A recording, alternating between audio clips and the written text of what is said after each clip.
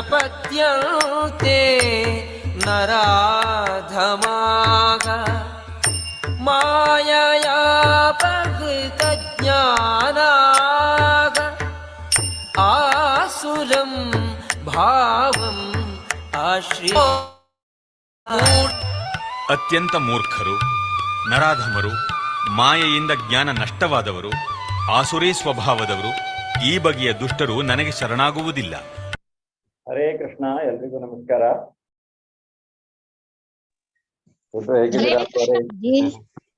ಸ್ವಲ್ಪ ಮಾತಾಜಿ ಹರೇ ಕೃಷ್ಣ. ಸ್ವಲ್ಪ ತಡ ಆಯ್ತು, ಕ್ಷಮೆ ಇರ್ಲಿ. ಧನ್ಯವಾದಗಳು. ಹರೇ ಕೃಷ್ಣ, ಹರೇ ಕೃಷ್ಣ. ಓಕೆ, ನಾವು ಕ್ಲಾಸನ್ನು ಈಗ ಸ್ಟಾರ್ಟ್ ಮಾಡೋಣ. ಇನ್ನೂ ಹೆಚ್ಚು ಸಮಯ ವ್ಯರ್ಥ ಮಾಡದೆ. ಧನ್ಯವಾದಗಳು ಎಲ್ರಿಗೂ. ಮತ್ತೊಮ್ಮೆ ಇಸ್ಕಾನ್ ಮಂಗಳೂರವರು ಆಯೋಜಿಸುವಂತಹ 18 ದಿವಸಗಳಲ್ಲಿ ಭಗವದ್ಗೀತೆಯನ್ನು ಅರ್ಥ ಮಾಡಿಕೊಳ್ಳುವಂತಹ ಇವತ್ತಿನ ಅಧ್ಯಾಯ ಜ್ಞಾನ ವಿಜ್ಞಾನ ಯೋಗ. ತಮಗೆಲ್ಲರಿಗೂ ಸ್ವಾಗತ. ನಾವೀಗ ಪ್ರಾರ್ಥನೆಯೊಂದಿಗೆ ಇವತ್ತಿನ ಈ ಕ್ಲಾಸನ್ನು ಸ್ಟಾರ್ಟ್ ಮಾಡೋಣ. ಓಂ ನಮೋ ಭಗವತೆ ವಾಸುದೇವಾಯ. ಓಂ ನಮೋ ಭಗವತೆ ವಾಸುದೇವಾಯ. ಓಂ ನಮೋ ಭಗವತೆ ವಾಸುದೇವಾಯ. ಓಂ ಅಜ್ಞಾನತಿಮಿರಾಂಧಸ್ಯ ಜ್ಞಾನಾಂಜನಶಲಾಕಯ ಚಕ್ಷುರುನ್ಮೀಲಿತಂ ಯೇನ ತಸ್ಮೈ ಶ್ರೀ ಗುರವೇ ನಮಃ. ಶ್ರೀ ಚೈತನ್ಯ ಮನೋಭೀಷ್ಟಂ ಸ್ಥಾಪಿತಂ ಯೇನ ಭೂತಲೆ ಸ್ವಯಂ ರೂಪಃ ಕದಾ ಮಹ್ಯಂ ದದಾತಿ ಸ್ವಪದಾಂತಿಕಂ. ವಂದೇಹಂ ಶ್ರೀಗುರೋ ಶ್ರೀಯುತಪದಕಮಲಂ ಶ್ರೀಗುರುನ್ ವೈಷ್ಣವಾಂಶ ಶ್ರೀರೂಪಂ ಸಾಗ್ರಜಾತಂ ಸಗಣ ರಘುನಾಥಾನ್ವಿತಂ तं ಸಜೀವಂ ಸಾದ್ವೈತಂ ಸಾವಧೂತಂ ಪರಿಗಣಸಹಿತಂ ಕೃಷ್ಣ ಚೈತನ್ಯ ದೇವಂ ಶ್ರೀರಾಧಾ ಕೃಷ್ಣ ಪಾದಾನ್ ಸಗಣ ಲಲಿತಾ ಶ್ರೀ ವಿಶಾಖಾನ್ವಿತಾ. ಹೇ ಕೃಷ್ಣ ಕರುಣಾ ಸಿಂಧೋ ದೀನಬಂಧೋ ಜಗತ್ಪತೆ ಗೋಪೇಶ ಗೋಪಿಕಾ ಕಾಂತ ರಾಧಾ ಕಾಂತ ನಮೋಸ್ತುತೇ. ಸಪ್ತ ಕಾಂಚನ ಗೌರಾಂಗಿ ರಾಧೆ ವೃಂದಾವನೇಶ್ವರಿ ವೃಷಭಾನುಮಸ್ತೆ ದೇವಿ ಪ್ರಣಮಾಮಿ ಹರಿಪ್ರಿಯೆ. ವಾಂಛಾ ಕಲ್ಪತರುಭ್ಯಶ್ಚ ಕೃಪಾ ಸಿಂಧುಭ್ಯೇವ ಚ ಪತಿತಾನಾಂ ಪಾವನೇಭ್ಯೋ ವೈಷ್ಣವೇಭ್ಯೋ ನಮೋ ನಮಃ. ನಮಃ ಓಂ ವಿಷ್ಣುಪಾದಾಯ ಕೃಷ್ಣಪ್ರೇಷ್ಠಾಯ ಭೂತಲೆ ಶ್ರೀಮತೆ ಸಚ್ಚಿವೇದಾಂತ ಸ್ವಾಮಿನತಿ ನಾಮಿನೆ. ನಮಸ್ತೆ ಸಾರಸ್ವತೆ ದೇವೆ ಗೌರವಾಣಿ ಪ್ರಚಾರಿಣೆ ನಿರ್ವಿಶೇಷ ಶೂನ್ಯವಾದಿ ಪಾಶ್ಚಾತ್ಯಕಾರಣೆ. ಜಯ ಶ್ರೀ ಕೃಷ್ಣ ಚೈತನ್ಯ ಪ್ರಭು ನಿತ್ಯಾನಂದ ಶ್ರೀ ಅದ್ವೈತ ಗದಾಧರ ಶ್ರೀವಾಸಾದಿ ಗೌರ ಭಕ್ತವೃಂದ. ಹರೇ ಕೃಷ್ಣ ಕೃಷ್ಣ ಕೃಷ್ಣ ಹರೇ ಹರೇ. ಹರೇ ರಾಮ ರಾಮ ರಾಮ ಹರೇ ಹರೇ. ಹರೇ ಕೃಷ್ಣ ಕೃಷ್ಣ ಕೃಷ್ಣ ಹರೇ ಹರೇ. ಹರೇ ರಾಮ ರಾಮ ಹರೇ ಹರೇ. ಹರೇ ಕೃಷ್ಣ ಕೃಷ್ಣ ಕೃಷ್ಣ ಹರೇ ಹರೇ. ಹರೇ ರಾಮ ರಾಮ ಹರೇ ಹರೇ. ಹರೇ ಕೃಷ್ಣ. ಎಲ್ರಿಗೂ ಮತ್ತೊಮ್ಮೆ ಸ್ವಾಗತ. ಸೊ ನಿನ್ನೆ ನಾವು ನೋಡಿರುವಂತಹದ್ದು ಅಷ್ಟಾಂಗ ಯೋಗ, ಅಥವಾ ಅದಕ್ಕೂ ಮೊದಲು ಮನಸ್ಸು. ಈಗ ನಮ್ಮ ಮನಸ್ಸು ಯಾವಾಗ ನಮ್ಮ ಮಿತ್ರ ಆಗತ್ತೆ, ಈಗ ಮತ್ತೆ ನಮ್ಮ ಮನಸ್ಸು ಯಾವಾಗ ನಮ್ಮ ಶತ್ರು ಆಗತ್ತೆ? ಯಾರು ಹೇಳ್ತೀರಾ? ಯಾರಾದ್ರೂ? ನಮ್ಮ ಮನಸ್ಸು ಯಾವಾಗ ನಮ್ಮ ಮಿತ್ರ ಆಗತ್ತೆ, ನಮ್ಮ ಮನಸ್ಸು ಯಾವಾಗ ನಮ್ಮ ಶತ್ರು ಆಗತ್ತೆ? ಹರೇ ಕೃಷ್ಣ. ಕೇಳಿಸ್ತಾ ಇದೆಲ್ವಾ?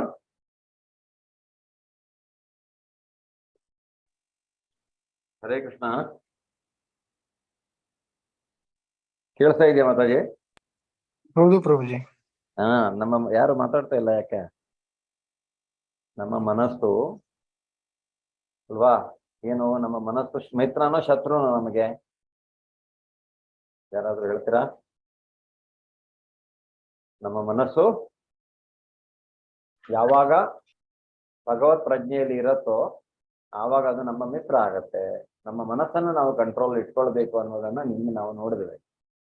ಅಂತಹ ಮನಸ್ಸನ್ನ ಕಂಟ್ರೋಲ್ ಇಟ್ಕೊಂಡು ಭಗವತ್ ಪ್ರಾಪ್ತಿಯನ್ನ ಪಡೆಯಲಿಕ್ಕೆ ಇನ್ನೊಂದು ವಿಧಾನ ಅಷ್ಟಾಂಗ ಯೋಗದ ಬಗ್ಗೆ ನಾವು ತಿಳ್ಕೊಂಡ್ವಿ. ಅಷ್ಟಾಂಗ ಯೋಗ ಅನ್ನುವಂತಹದ್ದು ಹೇಗೆ ನಮ್ಮ ಯಮ ನಿಯಮ ಪ್ರಾಣಾಹಾರ ಪ್ರತ್ಯಾಹಾರ ಧ್ಯಾನ ಧಾರಣ ಸಮಾಧಿ ಈ ತರ 8 ಅಷ್ಟ ಅಂಗ ಯೋಗ. ಸೊ ಅದು ಅರ್ಜುನ ಹೇಳ್ತಾನೆ. ಏನ್ ಹೇಳ್ತಾನೆ ಅರ್ಜುನ? ಗಾಳಿಯನ್ನಾದ್ರೂ ನಿಗ್ರಹಿಸಬಹುದು, ಆದ್ರೆ ಇಂತಹ ಯೋಗವನ್ನು ಮಾಡುವುದು ಬಹಳ ಕಷ್ಟ ಅಂತ ಹೇಳ್ತಾನೆ. ಆದ್ರೆ ಭಗವಂತ ಅದಕ್ಕೆ ಉತ್ತರ ಕೊಡ್ತಾನೆ. ಏನು? ಅಭ್ಯಾಸ ಎನ್ನುತ್ತ ಕೊಂತೆಯ. ಅಭ್ಯಾಸ ಮಾತ್ರದಿಂದ ನೀನು ಖಂಡಿತವಾಗಿಯೂ ಇದನ್ನ ಮಾಡ್ಲಿಕ್ಕೆ ಸಾಧ್ಯ. ಯಾವ ರೀತಿಯಾದಂತಹ ಅಭ್ಯಾಸ ಅಲ್ವಾ? ಅದಕ್ಕೆ ಹೇಳ್ತಾನೆ ಅವನು. ಹೇಗೆ ನಾವು ಅವನಲ್ಲಿ ಮನಸ್ಸನ್ನು ಇಡುವುದರಿಂದ ಅವನು ಆ ರೀತಿಯಾದಂತಹ ನಮಗೆ ಬುದ್ಧಿಯನ್ನು ಅವನು ಕೊಡ್ತಾನೆ. ಅದರಿಂದ ನಾವು ಭಗವತ್ ಪ್ರಾಪ್ತಿಯ ಕಡೆಗೆ ಅಥವಾ ಆತ್ಮ ಸಾಕ್ಷಾತ್ಕಾರ ಭಗವತ್ ಸಾಕ್ಷಾತ್ಕಾರವನ್ನು ನಾವು ಪಡೆಯಬಹುದು ಅನ್ನುವಂಥದ್ದು. ಸೊ ನಿನ್ನೆಗೆ ಕರ್ಮಯೋಗದ ಅಧ್ಯಾಯಗಳು 6 ಅಧ್ಯಾಯಗಳು ಮುಗಿದಿದೆ. ಸೊ ಇವತ್ತು ನಮಗೆ ಸ್ಟಾರ್ಟ್ ಆಗ್ತಾ ಇರುವಂತಹದ್ದು ಇದು ಭಕ್ತಿ ಯೋಗದ ಅಧ್ಯಾಯಗಳು. ಅದರಲ್ಲಿಯೇ ಎಸ್ಪೆಷಲಿ ಇವತ್ತು ಜ್ಞಾನ ವಿಜ್ಞಾನ ಯೋಗ ಭಗವಂತ ಹೇಳ್ತಾ ಇದ್ದಾನೆ. ಏನ್ ಹೇಳ್ತಾ ಇದ್ದಾನೆ ಅವನು? ಇವತ್ತು ನಾವು ಕೃಷ್ಣನ ಮಹಿಮೆಯನ್ನ ತಿಳ್ಕೊಳ್ಳುವಂತಹದ್ದು ಅತ್ಯಂತ ಹೇಳ್ತಾನೆ, ನಿನಗೆ ಅಂತಹ ಒಂದು ಜ್ಞಾನವನ್ನ ನಾನು ಕೊಡ್ತೇನೆ, ಅಂತಹ ಒಂದು ವಿಷಯವನ್ನು ನಿನಗೆ ತಿಳಿಸ್ಕೊಡ್ತೇನೆ ಅಂತ. ಸೊ ಭಗವಂತನ ಶಕ್ತಿಗಳ ಬಗ್ಗೆ ಹಲವಾರು ರೀತಿಯ ಒಂದು ಶಕ್ತಿಗಳಿದೆ. ಪ್ರಕೃತಿ ವಿದ್ಯೆ, ಹೀಗೆ ಪ್ರತಿಯೊಂದನ್ನು ನೋಡ್ತಾನೆ. ಹೇಗೆ ಯಾವುದು ಪ್ರಕೃತಿ ಅಥವಾ ಈ ಜೀವಿಗಳು ಯಾರು, ಇವತ್ತು ನಾವು ಅದ್ರ ಬಗ್ಗೆ ತಿಳ್ಕೊಳ್ಳಿಕ್ಕಿದ್ದೇವೆ. ಮತ್ತೆ ಇನ್ನೊಂದು ಮುಖ್ಯವಾಗಿ ಭಗವಂತನನ್ನ ಅಥವಾ ಇತರ ದೇವತೆಗಳ ಆರಾಧನೆಯನ್ನ ಅಥವಾ ಭಗವಂತನ ನಿರಾಕಾರ ರೂಪದಲ್ಲಿ ಆರಾಧನೆಯನ್ನ ಮಾಡುವಂತಹದ್ದು, ಅದರ ಬಗ್ಗೆ ನಾವು ತಿಳ್ಕೊಳ್ಳೋಣ ಇವತ್ತು. ಆಮೇಲೆ ಭ್ರಮೆಯಿಂದ ಭಕ್ತಿಗೆ ನಾವು ಅಂದ್ರೆ ಇಲ್ಯೂಷನ್, ನಾವು ಯಾವ್ದಾದ್ರು ಒಂದು ರೀತಿಯಲ್ಲಿ ಭ್ರಮಾನಿರತರಾಗ್ತೇವೆ ಅಲ್ವಾ? ಭ್ರಮೆ ಹೇಗೆ, ಯಾವಾಗ ಭ್ರಮೆ ನಿರತವಾಗುತ್ತೆ, ನಾವು ಭ್ರಮೆಗೆ ನಿರತರಾಗ್ತೇವೆ. ನಾವು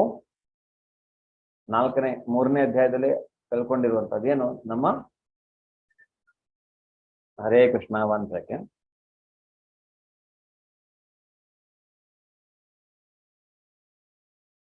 ಹರೇ ಕೃಷ್ಣ, ಒಂದೇ 1 ಸೆಕೆಂಡ್, ನಿಮಿಷ ಟೈಮ್ ಕೊಡಿ.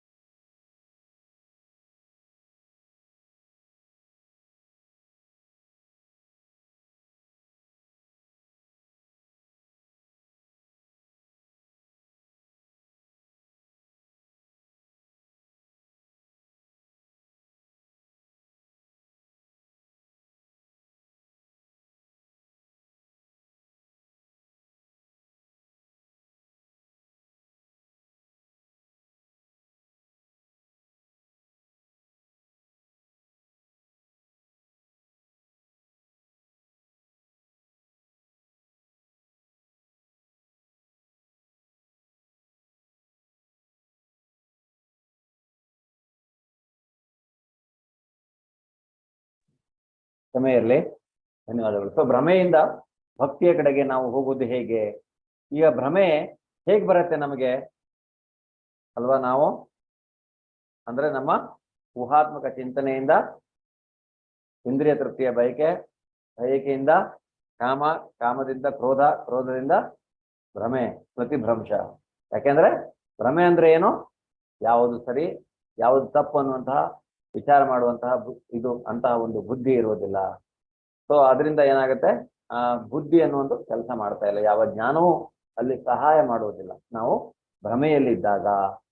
ಆದ್ರಿಂದ ಅವನು ಇದ್ರ ಬಗ್ಗೆ ನಾವಿವತ್ತು ತಿಳ್ಕೊಳ್ಳೋಣ. ಮುಖ್ಯವಾಗಿ ಭಗವಂತ ಏನ ಜ್ಞಾನವನ್ನ ಇಲ್ಲಿ ಕೊಡ್ತಾ ಇದ್ದಾನೆ ಅನ್ನೋದ್ರ ಬಗ್ಗೆ ನಾವು ಇವತ್ತು ತಿಳ್ಕೊಳ್ಳೋಣ. ಸೊ ಶ್ರೀ ರಾಧಾ ಗೋವಿಂದ, ಶ್ರೀಲಾ ಪ್ರಭುಪಾದ, ಶ್ರೀ ನಾಮನಿಷ್ಠಾದ ಪ್ರಭುಜಿಯವರ ಚರಣ ಕಮಲಾರ ಬಿಂದುಗಳಿಗೆ ವಂದಿಸ್ತಾ ಇವತ್ತಿನ ಈ ಅಧ್ಯಾಯವನ್ನು ನಾವು ಸ್ಟಾರ್ಟ್ ಮಾಡೋಣ. ಶ್ರೀ ಭಗವಾನುವಾಚ ಮಯ್ಯಾ ಸಕ್ತಮನಃ ಪಾರ್ಥ ಯೋಗಂ ಯುಂಜನ್ಮದಾಶ್ರಯ ಅಸಂಶಯಂ ಸಮಗ್ರಂ ಮಾಂ ಯಥಾ ಜ್ಞಾಸ್ಯಸಿ ತಚ್ಛೃಣು. ದೇವೋತ್ತಮ ಪರಮಪುರುಷನು ಹೀಗೆ ಹೇಳಿದನು, ಪಾರ್ಥ, ನನ್ನಲ್ಲಿ ಆಸಕ್ತವಾದ ಮನಸ್ಸಿನಿಂದ ನನ್ನೊಳಗೊಂಡು ಸಂಪೂರ್ಣ ಪ್ರಜ್ಞೆಯಲ್ಲಿ ಯೋಗಾಭ್ಯಾಸವನ್ನು ಮಾಡುವುದರಿಂದ ನೀನು ನನ್ನನ್ನು ಸಂಪೂರ್ಣವಾಗಿಯೂ ಸಂಶಯವಿಲ್ಲದಂತೆ ತಿಳಿದುಕೊಳ್ಳಬಹುದು. ಅದು ಹೇಗೆ ಅನ್ನೋದನ್ನ ಕೇಳು. ಸೊ ಇಲ್ಲಿ ಅವನು ಹೇಳ್ತಾ ಇದ್ದಾನೆ, ಭಗವಂತನ ಕುರಿತಾಗಿ ಭಗವಂತನಲ್ಲಿ ಆಸಕ್ತಿಯನ್ನು ಹೊಂದಿರಬೇಕು. ನೋಡಿ, ನಾವು ಹಲವಾರು ರೀತಿಯ ಆಸಕ್ತಿಗಳನ್ನು ಹೊಂದಿರ್ತೇವೆ ನಮ್ಮ ಜೀವನದಲ್ಲಿ. ಆದರೆ ಇಲ್ಲಿ ಭಗವಂತ ಹೇಳ್ತಾ ಇದ್ದಾನೆ, ಅದೆಲ್ಲ ಐಹಿಕವಾದಂತಹದ್ದು, ಕ್ಷಣಿಕವಾದಂತಹ ಆಸಕ್ತಿಗಳು. ಅದು ನಮಗೆ ಒಂದು ಕ್ಷಣಿಕವಾಗಿ ನಮಗೆ ಸುಖ ಅಂತ ಅನ್ನಿಸ್ಬಹುದು, ಆದರೆ ಅದು ದುಃಖವನ್ನೇ ಉಂಟು ಮಾಡುವಂತಹದ್ದು ಅಂತ ಸಹಿತ ಮುಂದೆ ಹೇಳ್ತಾನೆ. ಅದೇ ರೀತಿಯಾಗಿ ಅವನಲ್ಲಿ ಅಂದ್ರೆ ಆಸಕ್ತವಾದ ಮನಸ್ಸಿನಿಂದ ನನ್ನಲ್ಲೊಳಗೊಂಡ ಸಂಪೂರ್ಣ ಪ್ರಜ್ಞೆಯಲ್ಲಿ, ಅಂದ್ರೆ ಭಗವಂತನ ಕುರಿತಾಗಿ ನಮ್ಮ ಪ್ರಜ್ಞೆ ಇರಬೇಕು, ಕೃಷ್ಣದಲ್ಲಿ ನಮ್ಮ ಪ್ರಜ್ಞೆ ಇರಬೇಕು, ನಮ್ಮ ಮನಸ್ಸು ಸದಾ ಅವನನ್ನ ಚಿಂತಿಸುತ್ತಿರಬೇಕು, ಅವನ ಕುರಿತಾಗಿ, ಅವನ ಲೀಲೆಗಳ ಬಗ್ಗೆ, ಇದರ ಬಗ್ಗೆ, ಅವನ ಹಲವಾರು ಅಂದ್ರೆ ಏನ್ ಹೇಳತ್ತೆ ನಮ್ಮ ಶಾಸ್ತ್ರಗಳು, ಪುರಾಣಗಳು, ಅನ್ನೋದು, ಅದರ ಮೇಲೆ ಭಗವಂತನ ಕುರಿತಾಗಿ ಏನು ಹೇಳಿದ ವೇದಗಳು ಅದನ್ನ ತಿಳ್ಕೊಳ್ಳುವಂತಹ ಒಂದು ಆಸಕ್ತಿ ನಮಗೆ ಇರಬೇಕು. ಗುರುವಿನ ಹತ್ರ ಹೋಗ್ಬೇಕು, ಗುರುವಿನ ಹತ್ರ ನಾವು ಅದನ್ನ ಕೇಳಿ ತಿಳ್ಕೊಳ್ಬೇಕು. ಹೀಗೆ ನನ್ನನ್ನು ಸಂಪೂರ್ಣವಾಗಿಯೂ ಸಂಶಯವಿಲ್ಲದಂತೆಯೂ ನೋಡಿ, ಕೆಲವರು ನಿರಾಕಾರವಾದಿಗಳು, ಕೆಲವರು ಇರ್ತಾರೆ ಏನೋ ಅಂದ್ರೆ ನಾಸ್ತಿಕರು ಇರ್ತಾರೆ. ಅವರು ಭಗವಂತನ ಕುರಿತಾಗಿ ಯಾವುದೇ ರೀತಿಯಾದಂತಹ ಇಚ್ಛೆಯನ್ನ ಹೊಂದಿರುವುದಿಲ್ಲ. ಕೆಲವರು ಅನ್ಸತ್ತೆ ಭಗವಂತ ಅಂದ್ರೆ ಯಾವುದು ಆಕಾರ ಇಲ್ಲದೆ ಇರುವನು, ಒಂದು ಏನೋ ಒಂದು ಇದು, ನಾವೆಲ್ಲ ಅಲ್ಲಿ ಹೋಗಿ ಸೇರ್ಕೊಂಡ್ಬಿಟ್ರೆ ಮುಗ್ದೋಯ್ತು ಅಂತ, ನಾವು ಅವನಲ್ಲಿ ಒಂದಾಗ್ಬೋದು ಅಂತ ತಿಳ್ಕೊಳ್ತಾರೆ. ಇವತ್ತು ನಿಮಗೆ ತುಂಬಾ ಆನ್ಸರ್ ಸಿಗತ್ತೆ ಇಂತಹದರೆಲ್ಲದರ ಕುರಿತಾಗಿ ನಿಮಗೆ ಒಂದು ಉತ್ತರ ಇದರಲ್ಲಿ ಇವತ್ತಿನ ಅಧ್ಯಾಯದಲ್ಲಿ ಖಂಡಿತವಾಗಿಯೂ ಸಿಗತ್ತೆ. ಜ್ಞಾನಂ ಜ್ಞೇಯಂ ಸ ವಿಜ್ಞಾನಂ ಇದಂ ವಕ್ಷ್ಯಾಮ ಶೇಷತಃ ಯಜ್ಞಾತ್ವಾ ನೇಹ ಭೂಯೋನ್ಯ ಜ್ಞಾತವ್ಯಮವಶಿಷ್ಯತೆ. ಈಗ ನಾನು ನಿನಗೆ ಇಂದ್ರಿಯ ಗೋಚರವಾದ ಜ್ಞಾನವನ್ನು, ಆಧ್ಯಾತ್ಮಿಕ ಜ್ಞಾನವನ್ನು ಸಂಪೂರ್ಣವಾಗಿ ತಿಳಿಸಿಕೊಡುತ್ತೇನೆ. ಇದನ್ನು ತಿಳಿದುಕೊಂಡ ಮೇಲೆ ನೀನು ತಿಳಿದುಕೊಳ್ಳಬೇಕಾದದ್ದು ಏನೂ ಇರುವುದಿಲ್ಲ. ಈಗ ಅವನು ಆಧ್ಯಾತ್ಮಿಕ ಜ್ಞಾನವನ್ನ ತಿಳಿಸ್ಕೊಡ್ತಾ ಇದ್ದಾನೆ. ನಾವು ಈ ಜ್ಞಾನವನ್ನ ತಿಳಿದುಕೊಂಡ ಮೇಲೆ ಬೇರೆ ಏನನ್ನು ನೀನು ತಿಳಿದುಕೊಳ್ಳುವಂತಹದ್ದಿಲ್ಲ ಅಂತ ಅರ್ಜುನಿಗೆ ಹೇಳ್ತಾನೆ. ಅಂದ್ರೆ ಈಗ ಅವನು ಸ್ಟಾರ್ಟ್ ಮಾಡಿದ್ದು ಕಂಟಿನ್ಯೂ ಆಗತ್ತೆ. ಇನ್ನು ಮುಂದೆ 3-4 ಅಧ್ಯಾಯ ಮತ್ತೆ ಜ್ಞಾನಯೋಗ, ಈಗ ಇದೆಲ್ಲ ಈಗ ಅವನು ಹೇಳ್ತಾ ಇರುವಂತಹ ಒಂದು ಜ್ಞಾನ ಈ ರೀತಿಯಾಗಿ ಅದು ಮುಂದೆ ಹೋಗ್ತಾ ಹೋಗುತ್ತೆ. ಆದ್ರೆ ಈ ಅಧ್ಯಾಯದಲ್ಲಿ ಸ್ಪೆಷಲ್ ಆಗಿ ಜ್ಞಾನ ವಿಜ್ಞಾನ ಯೋಗ ಅಂತ ನಾವು ಕರಿತೇವೆ. ಇದರಲ್ಲಿ ಜ್ಞಾನವೂ ಇದೆ, ವಿಜ್ಞಾನವೂ ಇದೆ. ಅದನ್ನು ನಾವು ಏನು ಅಂತ ಮುಂದೆ ತಿಳ್ಕೊಳ್ತಾ ಹೋಗೋಣ.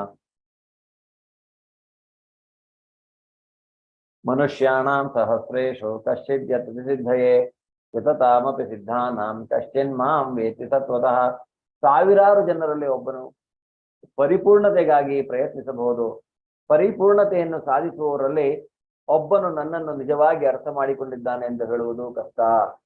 ಬಹಳ ಜನ ಪ್ರಯತ್ನ ಮಾಡ್ತಾರೆ ಭಗವಂತನ ಕುರಿತಾಗಿ ಪರಿಪೂರ್ಣತೆಯನ್ನ ಅಂದ್ರೆ ಸಾಧಿಸಬೇಕು, ಅವನನ್ನ ಪೂರ್ಣವಾಗಿ ನಾವು ಅರ್ಥ ಮಾಡಿಕೊಳ್ಳಬೇಕು ಅನ್ನುವಂತಹದ್ದು.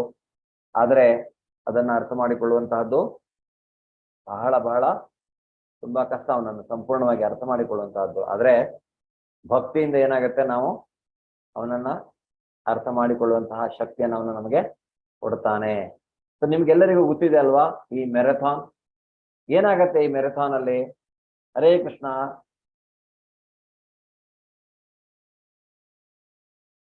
ಹರೇ ಕೃಷ್ಣ, ಸಾವಿರಾರು ಜನರಲ್ಲಿ ಒಬ್ರು ಅಥವಾ ಇಬ್ರು ಗೆಲ್ತಾರೆ ಪ್ರಭುಜಿ. ಅದು ಅದೇ ಸಾವಿರಾರು ಜನ ಓಡೋಕ್ ಶುರು ಮಾಡ್ತಾರೆ ಅಲ್ವಾ. ಹೌದು, ಎಲ್ರು ಓಡ್ತಾರೆ. ಹಾಗೆ ಫೈನಲ್ ರೌಂಡ್ ಬರ್ತಾ ಏನಾಗತ್ತೆ, ಒಬ್ರಾದ್ರೂ ಗುರಿ ಮುಟ್ತಾರೋ ಇಲ್ವೋ ಅದು ಡೌಟ್ಫುಲ್ ಅಂತ, ಅಂದ್ರೆ ಅಷ್ಟು ಟಫ್ ಆಗಿರುತ್ತೆ. ಅದೇ ರೀತಿಯಾಗಿ ಭಗವಂತನ ಕುರಿತಾಗಿ ಬಹಳ ಜನ ಪ್ರಯತ್ನ ಮಾಡ್ತಾರೆ. ಆದ್ರೆ ಅವನನ್ನ ಪೂರ್ಣವಾಗಿ ಅರಿತುಕೊಳ್ಳುವಂತಹದ್ದು ಯಾರೊಬ್ಬರು ಅವನನ್ನ ಪೂರ್ತಿಯಾಗಿ ಅರ್ಥ ಮಾಡಿಕೊಂಡಿದ್ದಾರೆ ಅನ್ನೋದನ್ನ ಅವನು ಹೇಳ್ತಾನೆ. ಇಲ್ಲಿ ಹೇಳುವುದು ಬಹಳ ಕಷ್ಟ ಅಂತ ಭಗವಂತ ಇಲ್ಲಿ ಹೇಳ್ತಾ ಇದ್ದಾನೆ. ಅಂದ್ರೆ ಯಾಕೆಂದ್ರೆ ಕೃಷ್ಣನೇ ಹಾಗೆ, ಅವನು ಆದಿ ಪುರುಷ, ಅವನಿಗಿಂತ ಮೊದಲು ಯಾರೂ ಇಲ್ಲ, ಅವನ ನಂತರನೇ ಎಲ್ಲರೂ. ಸೊ ಅವನನ್ನ ಹೇಗೆ ಅರ್ಥ ಮಾಡಿಕೊಳ್ಳಿಕ್ಕೆ ಸಾಧ್ಯ ಹೇಳಿ. ಈಗ ನೀವು ನಮ್ಮ ಮನೆಯಲ್ಲಿ ನಮ್ಮ 4-5 ತಲೆಮಾರಿನ ಹಿಂದ್ಗಡೆ ಒಬ್ರಿದ್ರೆ ನಾವು ಅವ್ರ ಬಗ್ಗೆ ಏನಾದ್ರೂ ಹೇಳ್ಬೇಕಂದ್ರೆ ನಮ್ಗೆ ಹೇಳಲಿಕ್ಕೆ ಆಗತ್ತಾ? ಅವ್ರು ಹೇಗಿದ್ರು, ಏನ್ ಮಾಡ್ತಾ ಇದ್ರು, ಆಗತ್ತಾ ನಮಗೆ ಹೇಳಿ? ನಿಮ್ಮ ಅಜ್ಜನ ನನ್ನ ಅಜ್ಜನ ಬಗ್ಗೆ ನಾನು ನಿಮ್ಗೆ ಹೇಳ್ಬೇಕಂದ್ರೆ ಏನ್ ಹೇಳಿ? ನಾನು ನನ್ನ ಅಜ್ಜನ ಹೆಸರೇನಂತಾನೆ ನನಗೆ ಗೊತ್ತಿಲ್ಲ. ಹೌದಾ ಅಲ್ಲ? ಹೌದು ಗುರುಜಿ. ಸೊ ಇಂತಹ ಪರಿಸ್ಥಿತಿಯಲ್ಲಿ ಭಗವಂತನನ್ನ ಯಾರು ಅಂದ್ರೆ, ಈಗ ಅವನ ಮೊದಲನೇ ಜೀವಿ, ಅವನಿಂದ ಸೃಷ್ಟಿಯಾದವ ಬ್ರಹ್ಮನಿಗೆ ವಿಮೋಹನೆ ಆಗತ್ತೆ. ಅವನು ವೃಂದಾವನದಲ್ಲಿ ಅವತರಿಸಿದಾಗ ಭಗವಂತ ಅವತರಿಸಿದಾನಂತ ಸುದ್ದಿ ಕೇಳಿ ನೋಡ್ಲಿಕ್ಕೆ ಬಂದ್ರೆ ಚಿಕ್ಕ ಬಾಲಕ ಎಲ್ಲರ ಜೊತೆ ಆಟ ಆಡ್ಕೊಂಡು ಅವರ ಎಂಡ್ಲೆಲ್ಲ ತಿನ್ಕೊಂಡು ಆಟ ಆಡ್ಕೊಂಡಿದ್ದಾನೆ. ಇವನ್ ಹೇಗ್ ಭಗವಂತನಿಗೆ ಆಗ್ಲಿಕ್ಕೆ ಸಾಧ್ಯ? ಯಾರೋ ಒಂದು ಮಂತ್ರವಾದಿನೋ ಏನೋ ಇರಬಹುದು ಅಂತ ಏನ್ ಮಾಡ್ತಾನೆ, ಅವನು ಎಲ್ಲರನ್ನ ಅಪಹರಿಸ್ತಾನೆ. ಅಲ್ಲಿಂದ ಬ್ರಹ್ಮ ಗೋಪಬಾಲರನ್ನ, ಹಸುಗಳನ್ನ ಎಲ್ಲವನ್ನ ಅಪಹರಿಸಿ ಅವನು ಅವರನ್ನ ಯೋಗ ನಿದ್ರೆಯಲ್ಲಿ ಇಡ್ತಾನೆ, ಅವರನ್ನ ಅಡಗಿಸಿಡ್ತಾನೆ. ಆದ್ರೆ ಇದು ಕೃಷ್ಣನಿಗೆ ಗೊತ್ತಾಗತ್ತೆ. ಆದ್ರೆ ಕೃಷ್ಣ ಏನ್ ಮಾಡ್ತಾನೆ, ತನ್ನನ್ನ ತಾನೇ ವಿಸ್ತಾರ ಮಾಡ್ಕೊಳ್ತಾನೆ, ತನ್ನನ್ನೇ ತಾನೇ ಹಸುಗಳಾಗಿ ವಿಸ್ತಾರ ಮಾಡ್ತಾನೆ, ತನ್ನೇ ತಾನೇ ಗೋಪ ಬಾಲರಾಗಿ ವಿಸ್ತಾರ ಮಾಡ್ತಾನೆ. ಇದೆಲ್ಲ ಯಾಕೆ ಅಂದ್ರೆ ನೋಡಿ, ಇದೆಲ್ಲ ಭಗವಂತನ ಲೀಲೆ. ಆನೆಸ್ಟ್ಲಿ ಹೇಳ್ಬೇಕಂದ್ರೆ, ಯಾಕೆಂದ್ರೆ ಬಹಳ ಜನರಿಗೆ ಇರತ್ತೆ, ನಮ್ಮ ಹಸುಗಳು ಅತ್ಯಂತ ಸಮೃದ್ಧವಾಗಿ ಹಾಲನ್ನ ಕೊಡಬೇಕು, ಹೀಗಿರ್ಬೇಕಾಗಿರ್ಬೇಕು ಅಂತ. ಅಲ್ಲಿಯ ಬೃಂದಾವನದ ಗೋಪರು ಆ ರೀತಿಯಾಗಿ ಆಲೋಚನೆ ಮಾಡ್ತಾರೆ. ಅಲ್ಲಿನ ಮಾತೆಯರು ಕೃಷ್ಣ ತಮ್ಮ ಮಗ ಯಾಕಾಗ್ಬಾರ್ದು ಅನ್ನುವಂತಹ ಒಂದು ಆಲೋಚನೆ ಇರುತ್ತೆ. ಸೊ ಅವರೆಲ್ಲ ಒಂದಲ್ಲ ಒಂದು ರೀತಿಯಲ್ಲಿ ಭಗವಂತನ ಜೊತೆಗೆ ಅಂದ್ರೆ ನೇರ ಸಂಪರ್ಕದಲ್ಲಿ ಇರುವಂತವ್ರು ಅವರೆಲ್ಲ. ಸೊ ಅವರು ಭಕ್ತರು, ಅವರ ಆಸೆ ಇರುತ್ತೆ. ಆದ್ರೆ ಅವರಿಗೆ ಭಗವಂತ ಈ ರೀತಿಯಾಗಿ ತನ್ನ ಆಸೆಯನ್ನ ಈಡೇರಿಸ್ತಾ ಇದ್ದಾನೆ ಅನ್ನೋದು ಅವರಿಗೆ ಗೊತ್ತಾಗೋದಿಲ್ಲ. ಯೋಗ ಮಾಯೆ ಅದನ್ನ ಕವರ್ ಮಾಡತ್ತಂತೆ. ಸೊ ಆ ರೀತಿಯಾಗಿ ಅವರಿಗೆ ಏನಾಗುತ್ತೆ, ಇವನೇ ತನ್ನನ್ನು ತಾನು ವಿಸ್ತರಿಸಿಕೊಂಡು ಎಲ್ಲರ ಮಗನಾಗಿ ಬೃಂದಾವನದ ಪ್ರತಿಯೊಬ್ಬರ ಮನೆಯಲ್ಲಿ ಅವನು ಅವರ ಮಗನಾಗಿ ಇರ್ತಾನೆ. ಒಂದು ವರ್ಷ ಆಮೇಲೆ ಬ್ರಹ್ಮ ಬರ್ತಾನಂತೆ, ನೋಡ್ತಾನೆ ಎಲ್ಲರೂ ಇಲ್ಲೇ ಇದ್ದಾರೆ, ನಾನು ಮತ್ತೆ ತಗೊಂಡೋಗಿದ್ದು. ಆಗ ಅವನಿಗೆ ಅರ್ಥ ಆಗುತ್ತೆ ಅವನು ಭಗವಂತ ಅಂತ. ಅವನು ಕೈ ಮುಗಿದು ಕ್ಷಮೆ ಕೇಳ್ಕೊಳ್ತಾನೆ ಅವನ ಹತ್ರ, ನನಗೆ ಅರ್ಥ ಆಗಿಲ್ಲ ನಿನ್ನನ್ನ ಹೇಳ್ಕೊಳ್ಳೋದಕ್ಕೆ. ಹೀಗೆ ಭಗವಂತನನ್ನ ಅರ್ಥ ಮಾಡಿಕೊಳ್ಳುವುದು ಒಬ್ಬರಿಗೂ ಸಹಿತ ಅರ್ಥ ಮಾಡಿಕೊಳ್ಳುವುದು ಬಹಳ ಕಷ್ಟ ಅನ್ನೋದನ್ನ ಇಲ್ಲಿ ಅವನೇ ಹೇಳ್ತಾನೆ. ಅರ್ಥ ಮಾಡಿಕೊಂಡಿದ್ದಾರೆ ಅನ್ನುವಂಥದ್ದು ಹೇಳಲಿಕ್ಕಿಲ್ಲ. ಯಾಕೆಂದ್ರೆ ಭಕ್ತಿ ಮಾಡೋದ್ರಿಂದ ಅವನನ್ನ ನಾವು ಯಾವ ರೀತಿ ಅರ್ಥ ಮಾಡಿಕೊಳ್ಬೇಕು ಅನ್ನೋದು ಅವನಿಗೆ ಬಿಟ್ಟಿದ್ದು. ಅವನು ಆ ರೀತಿಯಾಗಿ ನಮಗೆ ಅವನು ಸ್ಪಂದಿಸ್ತಾನೆ. ಭೂಮಿರಾಪೋ ನಲೋ ವಾಯು ನಮ್ಮನೋ ಬುದ್ಧಿರೇವಚ ಅಹಂಕಾರ ಇತಿ ಯಮ್ಮೆ ಭಿನ್ನ ಪ್ರಕೃತಿರಸ್ತದ. ಸೊ ಈಗ ಇಡೀ ವಿಶ್ವದ ಬಗ್ಗೆ, ಪ್ರಕೃತಿಯ ಬಗ್ಗೆ, ಪ್ರತಿಯೊಂದರ ಬಗ್ಗೆ ಭಗವಂತ ಇಲ್ಲಿ ನಮಗೆ ಹೇಳ್ತಾ ಇದ್ದಾನೆ. ಹೇಗಾಗಿದೆ ಇದು ಅನ್ನುವಂಥದ್ದು ನೋಡಿ, ಶಾಸ್ತ್ರದ ಎವಿಡೆನ್ಸ್. ನಾವು ಯಾವುದೇ, ಇದು ವಿಜ್ಞಾನ. ಈಗ ಹೇಳ್ತಾ ಇರುವಂತಹದ್ದೆಲ್ಲ ಅವನು ವಿಜ್ಞಾನ. ಏನ್ ಹೇಳ್ತಾ ಇದ್ದಾನೆ? ಭೂಮಿ, ನೀರು, ಅಗ್ನಿ, ವಾಯು, ಆಕಾಶ, ಮನಸ್ಸು, ಬುದ್ಧಿ ಮತ್ತು ಅಹಂಕಾರ, ಈ 8 ನನ್ನ ಪ್ರತ್ಯೇಕಗೊಂಡ ಭೌತಿಕ ಶಕ್ತಿಗಳಾಗಿವೆ. ಭಗವಂತ ಇಲ್ಲಿ ಹೇಳ್ತಾ ಇದ್ದಾನೆ. ಭೂಮಿ, ನೀರು, ಅಗ್ನಿ, ಈಗ ಗೊತ್ತು ನಿಮ್ಗೆ. ಭೂಮಿ, ನೀರು, ಅಗ್ನಿ, ವಾಯು, ಆಕಾಶ. ಸಾರಿ, ಇದನ್ನ ನಾವೇನು ಅಂತ ಕರಿತೇವೆ? ಭೂಮಿ, ನೀರು, ಅಗ್ನಿ, ವಾಯು, ಆಕಾಶ, ಪಂಚಮಹಾಭೂತಗಳು. ಈ ಪಂಚಭೂತಗಳಿಂದನೇ ಎಲ್ಲ ಜಡವಸ್ತುಗಳು ಆಗಿರುವಂತಹದ್ದು. ಈ ಪ್ರಪಂಚದಲ್ಲಿ ಯಾವುದೇ ಜಡವಸ್ತುವನ್ನ ತೆಗೆದುಕೊಳ್ಳಿ, ಇದು ಆಗುವಂತಹದ್ದು ಈ ಬರೀ 5 ಪಂಚಭೂತಗಳಿಂದ. ಅದನ್ನೇ ಅದಕ್ಕೆ ಪಂಚಮಹಾಭೂತಗಳು, ಮಹಾಭೂತಗಳು ಅಂತ ಕರೀತಾರೆ. ಭೌತಿಕ ವಸ್ತುಗಳು, ಅದು ಭಗವಂತನಿಂದ ಬಂದಿರುವಂತದ್ದು. ಭಿನ್ನ ಪ್ರಕೃತಿರೇವಚ, ಅವನು ಹೇಳ್ತಾನೆ ಇದು ಎಲ್ಲ ನನ್ನಿಂದ ಬಂದಿರುವಂತಹದ್ದು ಅನ್ನುವಂತಹದ್ದು. ನನ್ನೇ ಈ 8, ಮತ್ತೆ ಅದಷ್ಟೇ ಅಲ್ಲ, ಮನಸ್ಸು, ಬುದ್ಧಿ, ಅಹಂಕಾರದ ಬಗ್ಗೆಯೂ ಅವನು ಹೇಳ್ತಾನೆ. ಸರ್ ನಾವಿಲ್ಲಿ ಹರೇ ಕೃಷ್ಣ, 1 ಸೆಕೆಂಡ್, ಒಂದೇ ನಿಮಿಷ. ಈ ಮನಸ್ಸು, ಬುದ್ಧಿ, ಅಹಂಕಾರ ಅನ್ನುವಂತಹದ್ದು ಏನು, ಅದು ಸಹಿತ ಭಗವಂತನಿಂದ ಪ್ರತ್ಯೇಕಗೊಂಡದ್ದು. ಈಗ ಭೌತಿಕ ಶರೀರ ಅನ್ನುವಂತಹದ್ದು ಇದರಿಂದ ಆಗತ್ತೆ. ಯಾವುದರಿಂದ ಆಗತ್ತೆ? ಈ ಪಂಚಭೂತಗಳಿಂದ. ಆದ್ರೆ ನಮ್ಮ ಸೂಕ್ಷ್ಮ ಶರೀರ ಅನ್ನುವಂತಹದ್ದು,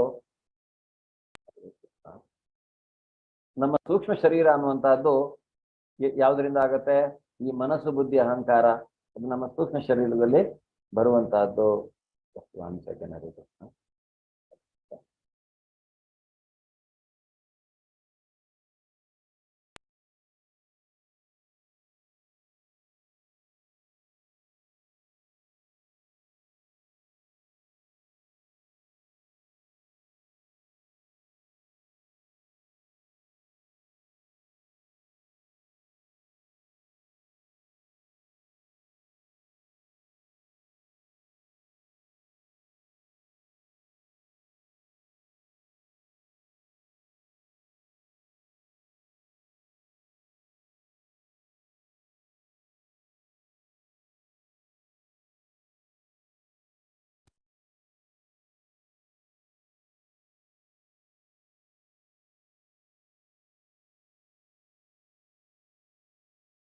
ಸೊ ಇಲ್ಲಿ ನಾವು ಒಂದು ಸ್ವಲ್ಪ ಇನ್ಫಾರ್ಮೇಶನ್ ಅದ್ರ ಬಗ್ಗೆ ತಿಳ್ಕೊಳ್ಳೋಣ. ಏನಂದ್ರೆ ಹೇಗೆ ಆಗಿದೆ ಈ ಸೃಷ್ಟಿ ಅನ್ನುವಂತಹದ್ರ ಬಗ್ಗೆ ನಾವು ನೋಡಿದ್ರೆ, ಒಂದು ಈ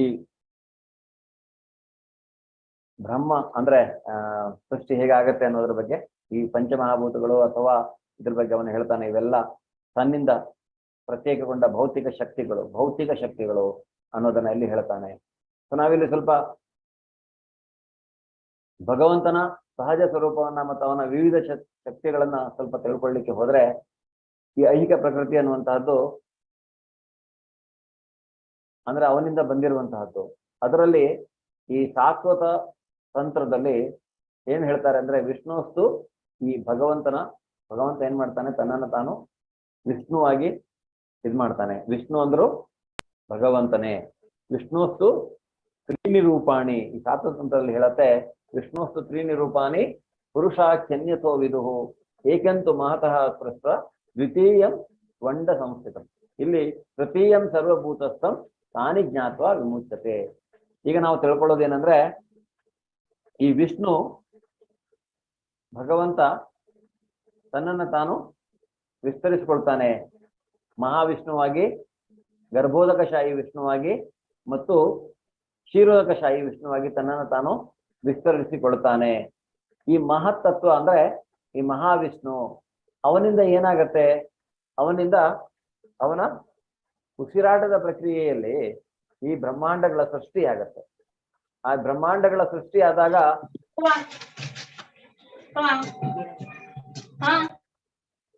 ಅವನ ಉಸಿರಾಟದ ಪ್ರಕ್ರಿಯೆಯಲ್ಲಿ ಬ್ರಹ್ಮಾಂಡಗಳ ಸೃಷ್ಟಿ ಆಗತ್ತೆ. ಅವನ ಬ್ರಹ್ಮಾಂಡಗಳ ಸೃಷ್ಟಿ ಆದ್ಮೇಲೆ ಈ ಬ್ರಹ್ಮಾಂಡಗಳ ಒಳಗೆ ಈ ಗರ್ಭೋದಕಶಾಹಿ ವಿಷ್ಣು ಪ್ರವೇಶ ಮಾಡ್ತಾನೆ. ಆ ಬ್ರಹ್ಮಾಂಡದ ಒಳಗೆ ಮುಂದೆ ಹೇಳ್ತಾನೆ ಅವನು ಹೇಗೆ ಈ ಎಲ್ಲವೂ ಸರಿಯಾಗಿ ಇರೋ ತರ ಅವನು ಹೇಗೆ ನೋಡ್ಕೊಳ್ತಾನೆ ಅನ್ನೋದಕ್ಕೆ. ಅದರಿಂದ ಅವನೇನ್ ಮಾಡ್ತಾನೆ, ಆಮೇಲೆ ಇನ್ನೊಂದು ಅವನ ವಿಸ್ತರಣೆ ಕ್ಷೀರೋದಕಶಾಹಿ ವಿಷ್ಣು. ಈ ಕ್ಷೀರೋದಕಶಾಹಿ ವಿಷ್ಣು ಏನ್ ಮಾಡ್ತಾನೆ, ತನ್ನನ್ನು ತಾನು ಐಹಿಕ ಪ್ರಕೃತಿಯ ಒಳಗು ಹೊರಗು ಜೀವಿಯ ಹೃದಯದಲ್ಲಿ ಪ್ರವೇಶಿಸ್ತಾನೆ ಅವನು. ಈ ರೀತಿಯಾಗಿ ಅವನು ಪ್ರತಿಯೊಂದು ಅವನ ವ್ಯವಸ್ಥೆ ಏನಿದೆ, ಅವನ ಸೃಷ್ಟಿ ಏನಿದೆ, ಅದು ಸರಿಯಾಗಿ ನಡ್ಕೊಂಡು ಹೋಗೋದಕ್ಕೆ ಏನು ಬೇಕು ಅದನ್ನ ಅವನು ಮಾಡ್ತಾನೆ. ನೋಡಿ, ಅವನು ಎಷ್ಟು ಬೇಕಾದ್ರೂ ಅಸಂಖ್ಯಾತ ವಿಸ್ತರಣೆಯನ್ನು ಅವನು ಮಾಡಬಹುದು. ಅಸಂಖ್ಯಾತ ಜಾಗದಲ್ಲಿ ಯಾವ ರೀತಿಯಲ್ಲಿ ಅವನು ಅವತರಿಸ್ತಾನೆ ಅಂದ್ರೆ ಕೆಲವೊಂದು ಅವತಾರಗಳು ಎಷ್ಟಿರುತ್ತೆ ಅಂದ್ರೆ ಒಂದು ಸೀಮಿತವಾಗಿರುತ್ತೆ. ಅವನು ಭಗವಂತನೇ ಆದರೂ ಸಹಿತ ಅವನ ಉದ್ದೇಶಕ್ಕೆ, ಯಾವುದೋ ಉದ್ದೇಶಕ್ಕೆ ಅವನು ಅವತಾರ ಮಾಡಿದಾನೋ ಅಂತಹ ಒಂದು ಉದ್ದೇಶವನ್ನ ಕೆಲಸ ಮಾಡಿ ಅದು ಕಂಪ್ಲೀಟ್ ಪೂರ್ಣವಾಗತ್ತೆ. ಅದು ಆ ರೀತಿಯಾಗಿ ಅವನ ವಿಸ್ತರಣೆ ಇರುತ್ತೆ. ಸೊ ಅವನು ಈ ರೀತಿಯಾಗಿ ಇಡೀ ಪ್ರಪಂಚ ಒಂದು ವ್ಯವಸ್ಥಿತ ರೀತಿಯಲ್ಲಿ ನಡೆಯುವ ಹಾಗೆ ಅವನು ನೋಡ್ಕೊಳ್ತಾನೆ. ಅದರಿಂದ ಇಲ್ಲಿ ಪ್ರಭುಪಾದ ನಮ್ಗೆ ಏನ್ ಹೇಳ್ತಾರೆ ಅಂದ್ರೆ, ಎಕ್ಸ್ಪ್ಲೈನ್ ಮಾಡ್ತಾರೆ ಇದ್ರ ಬಗ್ಗೆ ಅಂದ್ರೆ, ಐಹಿಕ ಜಗತ್ತು ಭಗವಂತನ ಶಕ್ತಿಗಳಲ್ಲಿ ಒಂದರ ತಾತ್ಕಾಲಿಕ ಅಭಿವ್ಯಕ್ತಿ. ಐಹಿಕ ಜಗತ್ತು ಅನ್ನುವಂಥದ್ದು ಅವನ ಶಕ್ತಿಗಳಲ್ಲಿ ಒಂದು ತಾತ್ಕಾಲಿಕವಾದದ್ದು, ಟೆಂಪರರಿ ಆಗಿರುವಂತಹದ್ದು. ಈ ಶ್ರೀಕೃಷ್ಣನ 3 ವಿಷ್ಣು ವಿಸ್ತರಣೆಗಳು ನಾವೇನ್ ನೋಡಿದ್ವಿ, ಮಹತ್ತತ್ವ, ಗರ್ಭೋದಕಶಾಹಿ ವಿಷ್ಣು ಮತ್ತೆ ಕ್ಷೀರೋದಕಶಾಹಿ ವಿಷ್ಣು. ಇವೇನಾಗತ್ತೆ, ಅದು ಅವತಾರಗಳು ಅನ್ನುವಂಥದ್ದನ್ನು ನಾವಿಲ್ಲಿ ತಿಳ್ಕೊಳ್ಬಹುದು. ಅಂದ್ರೆ ಭಗವಂತನ ವಿಜ್ಞಾನವನ್ನು ತಿಳಿಯದವನು ಜೀವಿಗಳೇ ಪುರುಷರೆಂದು ಮತ್ತು ಐಹಿಕ ಜಗತ್ತು ಇರುವುದೇ ಜೀವಿಗಳ ಭೋಗಕ್ಕಾಗಿ ಎಂದು ಭಾವಿಸುತ್ತಾನೆ. ಅದರಿಂದ ಯಾರು ಈ ಭಗವಂತನ ಕುರಿತಾಗಿ ಅರ್ಥ ಮಾಡ್ಕೊಳ್ಳೋದಿಲ್ಲ, ಅವನು ತಿಳ್ಕೊಳ್ಳುವಂತಹದ್ದು ಏನಂದ್ರೆ ಇಲ್ಲಿರುವ ಜೀವಿಗಳೆಲ್ಲರೂ ಪುರುಷರು ಅನ್ನುವಂಥದ್ದು.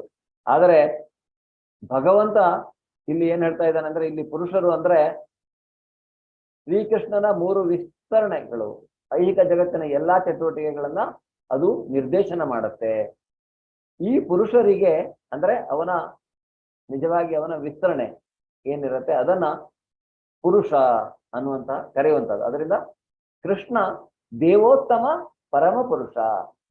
ಅದರಿಂದ ಇಲ್ಲಿ ಆದ್ರೆ ಕೆಲವರು ತಿಳ್ಕೊಳ್ತಾರೆ ಈ ಜೀವಿಗಳೆಲ್ಲ ಪುರುಷರು ಅನ್ನುವಂತಹದ್ದು. ಪುರುಷ ಎಂಬ ಶಬ್ದದ ಅರ್ಥ ಐಹಿಕ ಶಕ್ತಿಯ ಮೂಲ ಅನ್ನುವಂಥದ್ದು. ಪುರುಷ ಮತ್ತೆ ಪ್ರಕೃತಿ ಅಂತ ನಾವು ಹೇಳ್ತೇವೆ. ಇಲ್ಲಿ ಪುರುಷ ಪ್ರಕೃತಿ ಅಂದ್ರೆ ಶಿವ ಪಾರ್ವತಿಯರು ಪ್ರಕೃತಿಯ ಇದು ಅಂದ್ರೆ ಈ ಐಹಿಕ ಪ್ರಕೃತಿಯ ತಂದೆ ನಿಜವಾಗಿ ಶಿವ, ಐಹಿಕ ಪ್ರಕೃತಿಯ ತಾಯಿ ಪಾರ್ವತಿ ದೇವಿ. ಸೊ ಆದ್ರೆ ಈ ಪುರುಷ ಅನ್ನುವಂಥದ್ದು ಹಾಗೆ ಏನು ಅಂದ್ರೆ ಇದು ಐಹಿಕ ಶಕ್ತಿಯ ಮೂಲ ಅನ್ನುವಂಥದ್ದನ್ನು ನಾವಿಲ್ಲಿ ತಿಳ್ಕೊಳ್ಬೇಕು. ನಿಯಂತ್ರಕ ಮತ್ತು ಭೋಗಿ ಈ 3ನ್ನ ಸೂಚಿಸುತ್ತೆ. ಅದು ಐಹಿಕ ಪ್ರಕೃತಿಯ ಮೂಲ ಯಾವುದು, ಅದರನ್ನ ನಿಯಂತ್ರಿಸುವುದು ಮತ್ತೆ ಅದನ್ನ ಭೋಗಿಸುವಂತಹದ್ದು. ಆದ್ರಿಂದ ಈ ನಾಸ್ತಿಕರು ಇದನ್ನೆಲ್ಲ ಅವರು ಅರ್ಥ ಮಾಡಿಕೊಳ್ಳೋದಿಲ್ಲ, ಇದನ್ನ ನಂಬುವುದೂ ಇಲ್ಲ. ಅದರಿಂದ ನಿರಾಕಾರವಾದಿಗಳ ಏನ್ ಮಾಡ್ತಾರೆ, ಕೆಲವರು ಭಗವಂತನಿಗೆ ಆಕಾರ ಇಲ್ಲ ಅಂತ ತಿಳ್ಕೊಳ್ತಾರೆ. ಅಂತಹ ನಿರಾಕಾರವಾದಿಗಳು ಏನ್ ಮಾಡ್ತಾರೆ, ಅವರು ಅಮ್ಮಮ್ಮ ಅಂದ್ರೆ ಎಲ್ಲಿ ಹೋಗ್ತಾರೆ, ಭಗವಂತನ ನಿರಾಕಾರ ಸ್ವರೂಪ ಬ್ರಹ್ಮಜ್ಯೋತಿಯಲ್ಲಿ ಅವರು ಅಲ್ಲಿ ತನಕ ಹೋಗ್ತಾರೆ. ಆದ್ರೆ ಅಲ್ಲಿಂದ ಮುಂದೆ ಅವರು ವೈಕುಂಠ ಧಾಮವನ್ನ ಪ್ರವೇಶ ಮಾಡ್ಲಿಕ್ಕೆ ಆಗೋದಿಲ್ಲ. ಯಾಕೆಂದ್ರೆ ಅಲ್ಲಿಂದ ಹೋಗ್ಬೇಕು ನಾವು ಮುಂದೆ ಅಂದ್ರೆ ನಮ್ಮ ಭಕ್ತಿಯನ್ನ ಇನ್ನೂ ಮುಂದುವರಿಸಿಕೊಂಡು ಹೋಗ್ಬೇಕು. ಮತ್ತು ಯಾವಾಗ ನಾವು ಶುದ್ಧ ಭಕ್ತಿಯಲ್ಲಿ ಭಗವಂತನ ಸಾಕ್ಷಾತ್ಕಾರವನ್ನು ಪಡೆಯುತ್ತೇವೋ, ಅಂದ್ರೆ ನಮ್ಮಲ್ಲಿರುವಂತಹ ಆತ್ಮ ಪರಮಾತ್ಮನನ್ನ ನೋಡಿ ಭಗವತ್ ಸಾಕ್ಷಾತ್ಕಾರವನ್ನ ಪಡೆಯೋದ್ರಿಂದ ನಾವು ಆಗ ವೈಕುಂಠವನ್ನ ಪ್ರವೇಶ ಮಾಡಲಿಕ್ಕೆ ಸಾಧ್ಯವಾಗುತ್ತೆ ಅನ್ನೋದನ್ನ ಶಾಸ್ತ್ರ ಹೇಳುತ್ತೆ. ಆದ್ರೆ ಸರ್ವಾಂತರ್ಯಾಮಿ ಅಂದ್ರೆ ಪರಮಾತ್ಮ ರೂಪ ಅನ್ನುವಂಥದ್ದು ಇದೆಯಲ್ಲ, ನಮ್ಮ ಹೃದಯದಲ್ಲಿರುವಂತಹ ಪರಮಾತ್ಮ ಅಥವಾ ಎಲ್ಲದರ ಒಳಗೆ ಹೊರಗೆ ಇರುವವನು ಅವನು ಪರಮಾತ್ಮ. ಅದರಿಂದ ಕ್ಷೀರೋದಕಶಾಹಿ ವಿಷ್ಣು. ಸೊ ಅವನು ಸಹಿತ ತಾತ್ಕಾಲಿಕ ಸರ್ವಾಂತರ್ಯಾಮಿ ರೂಪ, ಇದು ಪರ್ಮನೆಂಟ್ ರೂಪ ಅಲ್ಲ. ಈ ಮಹಾವಿಷ್ಣು ಇರಬಹುದು, ಗರ್ಭೋದಕಶಾಹಿ ವಿಷ್ಣು ಇರ್ಬೋದು, ಕ್ಷೀರೋದಕಶಾಹಿ ವಿಷ್ಣು ಇರ್ಬೋದು, ಅವರು ಎಲ್ಲಿ ತನಕ ಈ ಬ್ರಹ್ಮಾಂಡ ಇರಬೇಕು ಅಲ್ಲಿ ತನಕ ಅವನ ವಿಸ್ತರಣೆ ಇರುತ್ತೆ. ಆಮೇಲೆ ಅವು ಅಲ್ಲಿಂದ ಆ ರೂಪವು ಸಹಿತ ಮತ್ತೆ ಒರಿಜಿನಲ್ ಮೂಲ ಪುರುಷ ದೇವೋತ್ತಮ ಮೂಲ ಪುರುಷನಲ್ಲಿಯೇ ಅದು ಲೀನವಾಗಬೇಕಾಗತ್ತೆ. ಆದ್ರಿಂದ ಭಗವಂತ ಕೃಷ್ಣ ಇದಾನಲ್ಲ, ಅವನು ದೇವೋತ್ತಮ ಪರಮ ಪುರುಷ, ಅವನೇ ಪರಮ ಸತ್ಯ. ಈ ವಿಷ್ಣುವು ಸಹಿತ ಅಂದ್ರೆ ಅವನ ತಾತ್ಕಾಲಿಕವಾದಂತಹ ವಿಸ್ತರಣೆ, ಅವಶ್ಯಕತೆಗೆ ಅನುಗುಣವಾಗಿ ಅವನು ವಿಸ್ತರಣೆಯನ್ನ ಮಾಡುವಂತಹದ್ದು. ಆದ್ರಿಂದ ಕೃಷ್ಣನೇ ದೇವೋತ್ತಮ ಪರಮ ಪುರುಷ, ಅವನೇ ನಿತ್ಯ ಸತ್ಯ ಮತ್ತು ಅವನು ಪೂರ್ಣ ಚೈತನ್ಯ ಪುರುಷ. ಯಾರು? ಕೃಷ್ಣ. ಅವನು ಒರಿಜಿನಲ್ ರೂಪ ಅನ್ನುವಂಥದ್ದನ್ನು ನಾವಿಲ್ಲಿ ತಿಳ್ಕೊಳ್ಬಹುದು. ಆದ್ರಿಂದ ಈ ಐಹಿಕ ಶಕ್ತಿಗೆ ಅವನು ಹೇಳಿದ ಇಲ್ಲಿ ಈ ಶ್ಲೋಕದಲ್ಲಿ ಹೇಳಿರುವಂತಹದ್ದೇನು? ಒಟ್ಟು 8. ಇವುಗಳಲ್ಲಿ ಮೊದಲನೆಯದಾಗಿ ಐದು ಪಂಚಭೂತಗಳು ನಾವು ತಿಳ್ಕೊಂಡ್ವೆ. 5 ಇಂದ್ರಿಯ ವಸ್ತುಗಳು ಇದರಲ್ಲಿ ಸೇರ್ಕೊಂಡಿರುವಂತಹದ್ದು. ಆ ಇಂದ್ರಿಯ ವಸ್ತುಗಳು ಯಾವುವು? 5 ಇಂದ್ರಿಯಗಳ ಜೊತೆಗೆ 5 ಇಂದ್ರಿಯ ವಸ್ತುಗಳಿವೆ. ಆ 5 ಇಂದ್ರಿಯ ವಸ್ತುಗಳು ಅಂದ್ರೆ ಭೌತಿಕ ಶಬ್ದ, ಅಂದ್ರೆ ಈ ನಾವು ಕೇಳುವಂತಹ ಶಬ್ದಗಳು, ಅಥವಾ ಸ್ಪರ್ಶ, ನಾವು ಸ್ಪರ್ಶದಿಂದ ಆಗುವಂತಹ ಅನುಭವಗಳು, ಅಥವಾ ರೂಪ, ಒಂದು ಆಕಾರ ರೂಪ, ಮತ್ತೆ ರುಚಿ, ಮತ್ತೆ ವಾಸನೆ, ಇವು ಇಂದ್ರಿಯ ವಸ್ತುಗಳು. ಆದ್ರಿಂದ ಇದು ಸ್ಥೂಲ ಸೃಷ್ಟಿ ಮತ್ತೆ ಸೂಕ್ಷ್ಮ ಸೃಷ್ಟಿಯ ಬಗ್ಗೆ ಇಲ್ಲಿ ಹೇಳ್ತಾನೆ. ಸೊ ಐಹಿಕ ವಿಜ್ಞಾನದಲ್ಲಿ ಒಟ್ಟು ಇರುವುದು 10 ಅಂಶಗಳು. ಇದು ಬಿಟ್ರೆ ಬೇರೆ ಯಾವುದೂ ಇಲ್ಲ. 5 ಇಂದ್ರಿಯ ವಸ್ತುಗಳು ಮತ್ತೆ ಪಂಚಭೂತಗಳಿಂದ ಎಲ್ಲವೂ ಆಗುವಂತಹ 5 ಮಹಾ ಸೃಷ್ಟಿಗಳು, ಅದು ಸ್ಥೂಲ ಸೃಷ್ಟಿ. ಯಾವುದು? ಈ ಪಂಚಭೂತಗಳಿಂದ ಆಗುವಂತಹದ್ದು. ಆಮೇಲೆ ಮನಸ್ಸು, ಬುದ್ಧಿ ಮತ್ತು ಅಹಂಕಾರ ಇದು ಬರುತ್ತೆ. ಮಾನಸಿಕ ಚಟುವಟಿಕೆಗಳಲ್ಲಿ ವಿವೇಚಿಸುವ ತತ್ವಜ್ಞಾನಿಗಳಿಗೂ ಸಹ ಪರಿಪೂರ್ಣ ಜ್ಞಾನ ಇರುವುದಿಲ್ಲ ಅನ್ನೋದನ್ನ ಇಲ್ಲಿ ಶಾಸ್ತ್ರ ಹೇಳುತ್ತೆ. ಏಕೆಂದ್ರೆ ಅವರಿಗೆ ಕಟ್ಟ ಕಡೆಯ ಮೂಲವಾದ ಕೃಷ್ಣ ಯಾರು ಅಂತ ಅವರಿಗೆ ತಿಳಿದಿರುವುದಿಲ್ಲ. ಐಹಿಕ ಅಸ್ತಿತ್ವದ ಮೂಲ ಏನಂದ್ರೆ ಇಲ್ಲಿ ನಾನಿದ್ದೇನೆ, ಎಲ್ಲವೂ ನನ್ನದು ಅನ್ನುವಂತಹದ್ದು. ಆದ್ರೆ ಇದನ್ನ ಶಾಸ್ತ್ರ ಏನ್ ಹೇಳುತ್ತೆ, ಮತ್ತೆ ಪ್ರಭುಪಾದ ನಮ್ಗೆ ಏನ್ ಎಕ್ಸ್ಪ್ಲೇನ್ ಮಾಡಿದ, ಇದು ಮಿಥ್ಯ ಅಹಂಕಾರ. ಈಗ ಎಲ್ಲವೂ ನಾನು, ನನ್ನದು ಅನ್ನುವಂತಹದ್ದು ಈ ಅಹಂಕಾರ ಏನಿದೆಯಲ್ಲ, ಈ ಮನಸ್ಸು, ಬುದ್ಧಿ, ಅಹಂಕಾರ ಭಗವಂತನಿಂದ ಬಂದಿರುವಂತಹದ್ದು ಹೌದು. ಆದರೆ ಈ ಮನಸ್ಸು, ಬುದ್ಧಿ, ಮನಸ್ಸು ಅಂತರೇಂದ್ರಿಯ, ಬುದ್ಧಿ ಮನಸ್ಸಿಗಿಂತ ಮೇಲಿರುವಂತಹದ್ದು. ಆ ಬುದ್ಧಿಯೇ ಭಗವಂತನಲ್ಲಿ ನಮ್ಮನ್ನ ಶಾಶ್ವತವಾಗಿರುವಂತೆ ಅನುಕೂಲ ಮಾಡಿಕೊಡುವಂತಹದ್ದು. ಆದರೆ ಈ ಅಹಂಕಾರ ಅನ್ನುವಂತಹದ್ದು ಏನಿದೆಯಲ್ಲ, ಈ ಅಹಂಕಾರ ಅಂದ್ರೆ ನೀವೇನು ಅದ್ರ ಬಗ್ಗೆ ಥಿಂಕ್ ಮಾಡ್ತೀರಾ? ಏನು ಅಹಂಕಾರ ಅಂದ್ರೆ? ಹಾಗಿದ್ರೆ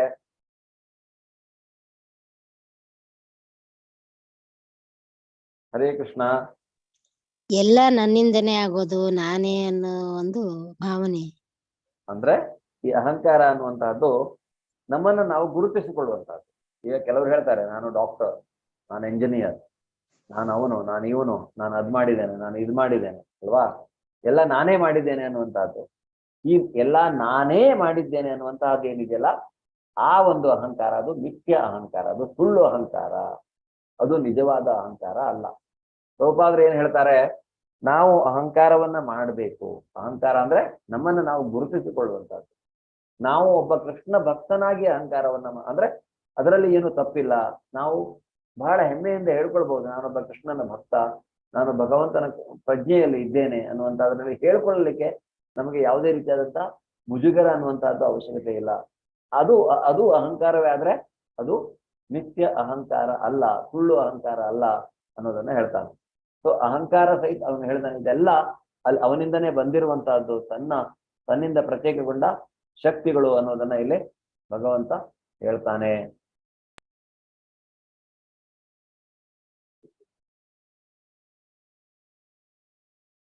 ಅಪರೇಯ ಮಿತಸ್ತ್ವನ್ಯಾಂ ಪ್ರಕೃತಿಂ ವಿದ್ಧಿ ಮೇ ಪರಾಂ ಜೀವಭೂತಾಂ ಮಹಾಬಾಹೋ ಜಯೇದಂ ಧಾರ್ಯತೆ ಜಗತ್. ಮಹಾಭಾವವಾದ ಅರ್ಜುನನೇ, ಇವಲ್ಲದೆ ನನ್ನ ಇನ್ನೂ ಶ್ರೇಷ್ಠವಾದ ಮತ್ತೊಂದು ಶಕ್ತಿ ಇದೆ. ಅದು ಈ ಭೌತಿಕ ಮತ್ತು ಕೆಳಮಟ್ಟದ ಪ್ರಕೃತಿಯ ಸಂಪನ್ಮೂಲಗಳನ್ನ ಬೆಳೆಸಿಕೊಳ್ಳುತ್ತಿರುವ ಜೀವಿಗಳಿಂದ ಆದದ್ದು. ಸೊ ಇಲ್ಲಿ ಅವನು ಹೇಳ್ತಾನೆ, ಇನ್ನೂ ಅವನಿಂದ ವಿಶೇಷವಾದಂತಹ ಶಕ್ತಿ ಅದು ಈ ಜೀವಿಗಳಿಂದ ಆಗಿರುವಂತಹದ್ದು. ಈ ಜೀವಿಗಳು ಏನ್ ಮಾಡ್ತಾ ಇವೆ? ಐಹಿಕ ಪ್ರಕೃತಿಯ ಕೆಳಮಟ್ಟದ ಸಂಪನ್ಮೂಲಗಳನ್ನ ಬಳಸಿಕೊಂಡು ಬಹಳ ಸುಖವಾಗಿರುವಂತಹದ್ದು. ಅದರಿಂದ ಈ ಜೀವಿಗಳು ಪರಮ ಪ್ರಭುವಿನ ಶ್ರೇಷ್ಠ ಪ್ರಕೃತಿಗೆ ಸೇರಿದವರಾಗಿರ್ತವೆ ಅಂತ ಹೇಳಲಾಗಿದೆ. ಈ ಈ ಜಡವಸ್ತುವೇ ಏನಾಗತ್ತೆ? ಈ ಭೂಮಿ, ನೀರು, ಅಗ್ನಿ, ವಾಯು, ಆಕಾಶ ಮತ್ತೆ ಬುದ್ಧಿಶಕ್ತಿ ಮತ್ತು ಅಹಂಕಾರ, ಮನಸ್ಸು, ಬುದ್ಧಿ, ಅಹಂಕಾರ, ಇದು 8 ಅಂದ್ರೆ ಈ ಪ್ರಕೃತಿಯ ಅವನಿಂದ ಪ್ರತ್ಯೇಕಗೊಂಡ ಈ ಅಂಶಗಳನ್ನ ಅದ್ರ ಮೇಲೆ ಜಡವಸ್ತು, ಅದು ಈ ಕೆಳಮಟ್ಟದ ವಸ್ತು, ಅಥವಾ ಅದನ್ನ ಸ್ಥೂಲ ಅಂತ ಕರೆಯುವಂತಹದ್ದು. ಮನಸ್ಸು, ಬುದ್ಧಿ, ಅಹಂಕಾರ ಬಂದ ಮೇಲೆ ಏನಾಗತ್ತೆ? ಅದು ಸೂಕ್ಷ್ಮ ಅನ್ನುವಂತಹದ್ದು. ಐಹಿಕ ಪ್ರಕೃತಿ ಈ 2 ರೂಪಗಳು, ಸ್ಥೂಲ ಸೂಕ್ಷ್ಮಗಳು, ಕೆಳಮಟ್ಟದ ಶಕ್ತಿಯ 2 ಉತ್ಪನ್ನಗಳು ಅಂತ ಹೇಳ್ತಾನೆ. ಈ ಕೆಳಮಟ್ಟದ ಶಕ್ತಿಯನ್ನ ನಾವು ಬೇರೆ ಬೇರೆ ಉದ್ದೇಶಕ್ಕಾಗಿ ಬಳಸಿಕೊಳ್ಳುವ ಜೀವಿಗಳು ಪರಮಪ್ರಭುವಿನ ಶ್ರೇಷ್ಠ ಶಕ್ತಿ. ಈಗ ಇಲ್ಲ ಆಗಿರುವಂತಹ ಕೆಳಮಟ್ಟದ ಈ ಶಕ್ತಿಗಳನ್ನು ಉಪಯೋಗಿಸಿಕೊಂಡು ಬದುಕ್ತಾ ಇರುವಂತಹ ಈ ಜೀವಿಗಳು ಭಗವಂತ ಹೇಳ್ತಾನೆ ತನ್ನ ಶ್ರೇಷ್ಠ ಶಕ್ತಿಗಳು ಅನ್ನೋದನ್ನ ಹೇಳ್ತಾನೆ. ಪ್ರತಿಯೊಂದು ಜೀವಿ ಅಂದ್ರೆ ನಾವು ನೀವು ಎಲ್ಲರೂ ಬಂತು ಅದರಲ್ಲಿ. ಸೊ ಇಂತಹ ಜೀವಿಗಳು ಅವನ ಪರಮಶಕ್ತಿ ಅನ್ನುವಂತ ಅದಕ್ಕೆ ಇಲ್ಲಿ ನೋಡಿ, ಅಂದ್ರೆ ಈ ಜೀವಿಗಳನ್ನ ನಿಯಂತ್ರಣ ಮಾಡುವವನು ಯಾರು? ಆ ಜೀವಿಗಳನ್ನ ನಿಯಂತ್ರಿಸುವವನು ಭಗವಂತ. ಶ್ರೀಮದ್ ಭಾಗವತಮಲ್ಲಿ 10ನೇ ಸ್ಕಂದದ 87ನೇ ಅಧ್ಯಾಯದ 30ನೇ ಶ್ಲೋಕದಲ್ಲಿ ಹೇಳ್ತಾನೆ, ಅಪರಿಮಿತ ಧ್ರುವ ಸ್ತನ್ಯಭೃತ್ ಯದಿ ಸರ್ವಗತ ಸರ್ರಿನ ಶಾಸ್ತ್ರತೇತಿ ನಿಯಮೋ ಧ್ರುವ ನೇತರೇತ್ ಅಜನೀಚ ಯನ್ಮಯಂ ತದ್ ಅವಿಮುಚ್ಯ ನಿಯಂತೃ ಭವೇತ್ ಸಮಂ ಅನುಜಾನತಾಂ ಯದ್ ಅಮತಂ ಮತ ದುಷ್ಟತೆಯ. ಓ ನಿತ್ಯ ಪರಮಪ್ರಭುವೇ, ದೇಹಸ್ಥ ಜೀವಿಗಳು ನಿನ್ನಂತೆ ನಿತ್ಯರು ಸರ್ವಾಂತರ್ಯಾಮಿಗಳು ಆಗಿದ್ದಲ್ಲಿ ಅವರು ನಿನ್ನ ಹತೋಟಿಯಲ್ಲಿ ಇರುತ್ತಿರಲಿಲ್ಲ. ಆದರೆ ಜೀವಿಗಳನ್ನು ನಿನ್ನ ಸೂಕ್ಷ್ಮ ಜೀವಿಗಳೆಂದು ಪರಿಗಣಿಸಿದರೆ ಅವರು ಕೂಡಲೇ ನಿನ್ನ ಪರಮಾಧಿಕಾರಕ್ಕೆ ಒಳಗಾಗುತ್ತಾರೆ. ಆದುದರಿಂದ ನಿಜವಾದ ಮುಕ್ತಿಯನ್ನು ಪಡೆಯಲು ಜೀವಿಗಳು ನಿನ್ನ ನಿಯಂತ್ರಣಕ್ಕೆ ಶರಣಾಗುವುದು ಅಗತ್ಯ. ಸೊ ಭಗವಂತನ ಮುಕ್ತಿಯನ್ನು ಕೆಲವರು ತಿಳ್ಕೊಳ್ಬೋದು, ನಾನೇ ಅಹಂ ಬ್ರಹ್ಮಾಸ್ಮಿ ಅಥವಾ ನಾನೇ ದೇವರು. ಕೆಲವರು ಅಂದ್ರೆ ನಾನು ಅಂದ್ರೆ ಕೆಲವರು ಆತರ ಹೇಳುವವರು ಇದ್ದಾರೆ ಐಹಿಕ ಪ್ರಪಂಚದಲ್ಲಿ. ಆದ್ರೆ ನಾವು ಭಗವಂತನ ತರ ನಾವು ಇದಾದ್ರೆ ಭಗವಂತ ನಮ್ಮನ್ನ ನಿಯಂತ್ರಿಸಲಿಕ್ಕೆ ಸಾಧ್ಯ ಇರಲಿಲ್ಲ. ನಾವು ಭಗವಂತನನ್ನ ನಿಯಂತ್ರಿಸಬಹುದಿತ್ತು ಅಲ್ವಾ? ಆದ್ರಿಂದ ನಾವು ಭಗವಂತನ ಆಗ್ಲಿಕ್ಕೆ ಸಾಧ್ಯವಿಲ್ಲ. ಆದರೆ ಜೀವಿಗಳನ್ನು ನಿನ್ನ ಸೂಕ್ಷ್ಮ ಶಕ್ತಿಗಳೆಂದು ನಾವು ಅಂದ್ರೆ ಪರಿಗಣಿಸಿದರೆ ಅವು ಕೂಡಲೇ ನಿನ್ನ ಭಗವಂತನ ಪರಮಾಧಿಕಾರಕ್ಕೆ ನಾವು ಅವನ ಕಂಟ್ರೋಲ್ ಅಲ್ಲಿ ಬರ್ತೇವೆ ಅನ್ನುವಂತಹದ್ದು. ಅದರಿಂದ ನಾವು ಈ ಜೀವಿಗಳು ಏನ್ ಮಾಡ್ಬೇಕು? ಭಗವಂತನನ್ನ ಮತ್ತೆ ಅವನಲ್ಲಿ ಸೇರ್ಬೇಕಂದ್ರೆ ನಾವು, ಅಥವಾ ಅವನ ಧಾಮವನ್ನು ಪ್ರವೇಶಿಸಬೇಕಂದ್ರೆ ನಾವು ಅವನಿಗೆ ಶರಣಾಗತರಾಗಬೇಕು ಮತ್ತು ಅವನ ಪ್ರಜ್ಞೆಯಲ್ಲಿ ಇರಬೇಕು. ಅಂದ್ರೆ ಅವನ ಕುರಿತಾಗಿಯೇ ನಾವು ಆಲೋಚನೆಯನ್ನ ಮಾಡಬೇಕು. ಆ ರೀತಿಯಾದಂತ ನಾವು ಭಗವಂತನಿಗೆ ಶರಣಾಗತರಾಗೋದ್ರಿಂದ ಅದು ನಮಗೆ ಬಹಳ ಸುಖವನ್ನ ತರುತ್ತೆ ಅನ್ನೋದನ್ನ ಇಲ್ಲಿ ನಮಗೆ ಪ್ರಭುಪಾದರು ಎಕ್ಸ್ಪ್ಲೇನ್ ಮಾಡ್ತಾರೆ. ಅದರಿಂದ ಭಗವಂತನೇ, ಕೃಷ್ಣನೇ ಎಲ್ಲವನ್ನ ನಿಯಂತ್ರಿಸುವವನು.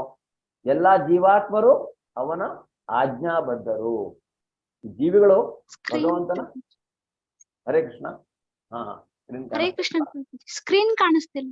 ಓಕೆ ಹರೇ ಕೃಷ್ಣ. ಹರೇ ಕೃಷ್ಣ. ಓಕೆ, ಕಾಣಿಸ್ತಾ ಇದೆಯಾ? ಸಾರಿ, ಹರೇ ಕೃಷ್ಣ. ಈಗ ಕಾಣಿಸ್ತಾ. ಈ ಎಲ್ಲಾ ಓಕೆ, ಧನ್ಯವಾದಗಳು. ಸೊ ಎಲ್ಲಾ ಜೀವಿಗಳು ಭಗವಂತನಿಂದ ಪ್ರತ್ಯೇಕಗೊಂಡ ಶಕ್ತಿಗಳು ಅಲ್ವಾ? ಸೊ ಆದ್ರಿಂದ ಇವು ಈ ಕೆಳಮಟ್ಟದ ಸಂಪನ್ಮೂಲಗಳನ್ನ ಉಪಯೋಗಿಸಿಕೊಂಡಿರುವಂತವರು. ಸೊ ಮುಂದೆ ಅವನು ಹೇಳ್ತಾನೆ ಸೃಷ್ಟಿಯ ಬಗ್ಗೆ, ಏತದ್ ಯೋನೀನಿ ಭೂತಾನಿ ಸರ್ವಾಣಿ ತ್ಯುಪಧಾರಯ ಅಹಂ ಕೃಷ್ಣಶ್ಚ ಜಗತಃ ಪ್ರಭವ ಪ್ರಲಯಸ್ತಥ. ಸೃಷ್ಟಿಯಾದ ಎಲ್ಲಾ ಜೀವಿಗಳಿಗೂ ಈ ಎರಡು ಶಕ್ತಿಗಳೇ ಮೂಲ. ಈ ಜಗತ್ತಿನಲ್ಲಿ ಭೌತಿಕವಾದ ಮತ್ತು ಆಧ್ಯಾತ್ಮಿಕವಾದ ಎಲ್ಲದರ ಮೂಲವು ಅಂತ್ಯವು ನಾನೇ ಎಂದು ತಿಳಿದುಕೋ. ಸೃಷ್ಟಿಯಾದಂತಹ ಎಲ್ಲಾ ಜೀವಿಗಳಿಗೂ ಒಂದೇ ಆಧ್ಯಾತ್ಮಿಕ ಪ್ರಕೃತಿ ಇಲ್ಲವೇ ಐಹಿಕ ಪ್ರಕೃತಿ ಇವು. ಆದರೆ ಈ ಎರಡೂ ಪ್ರಕೃತಿಗೆ ನಾನೇ ಮೂಲ, ಅದಕ್ಕೆ ಎಲ್ಲದಕ್ಕೂ ನಾನೇ ಆಧಾರ ಅನ್ನೋದನ್ನ ಅವನಿಲ್ಲಿ ಹೇಳ್ತಾನೆ. ಎಲ್ಲದರ ಮೂಲವು ಅಂತ್ಯವು ನಾನೇ ಎಂದು ತಿಳಿದುಕೋ. ಇದು ಎಲ್ಲಿಂದ ಶುರುವಾಗತ್ತೆ? ಭಗವಂತನಿಂದ ಶುರುವಾಗತ್ತೆ. ಎಲ್ಲಿಗೆ ಮುಗಿಯತ್ತೆ?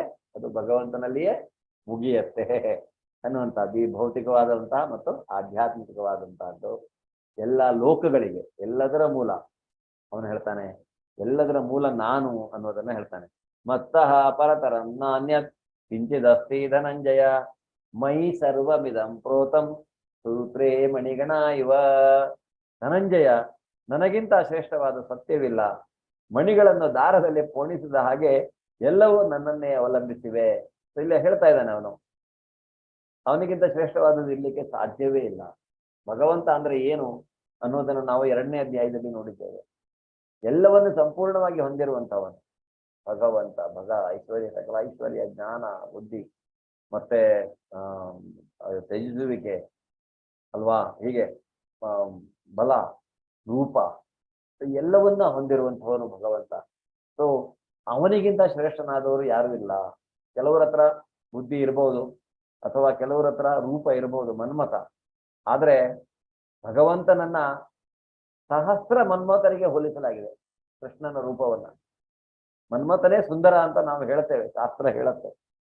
ಆದ್ರೆ ಕೃಷ್ಣ ಸಹಸ್ರ ಕೋಟಿ ಕಮನೀಯ ಸಂದರ್ಭ, ಅಂದ್ರೆ ಸಾವಿರಾರು ಕೋಟಿ, ಒಂದು ಸಹಸ್ರ ಮನ್ಮಥರು ಅಲ್ಲ, ಸಾವಿರಾರು ಕೋಟಿ ಮನ್ಮಥ, ಅಂತಹ ಒಂದು ರೂಪವನ್ನು ಅವನು ಹೊಂದಿರುವಂತವನು. ಅಂದ್ರೆ ಅವನು ಹೇಳ್ತಾನೆ ಏನು ಗೊತ್ತಾ, ಅಂತಹ ಶ್ರೇಷ್ಠನಾದವನು ನಾನೇ, ನನಗಿಂತ ಶ್ರೇಷ್ಠನಾದವರು ಯಾರು ಇಲ್ಲ. ಶ್ರೇಷ್ಠವಾದ ಸತ್ಯವಿಲ್ಲ. ಅವನು ನಿತ್ಯ, ಸತ್ಯ ಎಲ್ಲವೂ ಅವನೇ. ಅದನ್ನೇ ಅವನನ್ನ ಸಚ್ಚಿದಾನಂದ ವಿಗ್ರಹ ಅಂತ ಕರೆಯುವಂತಹದ್ದು.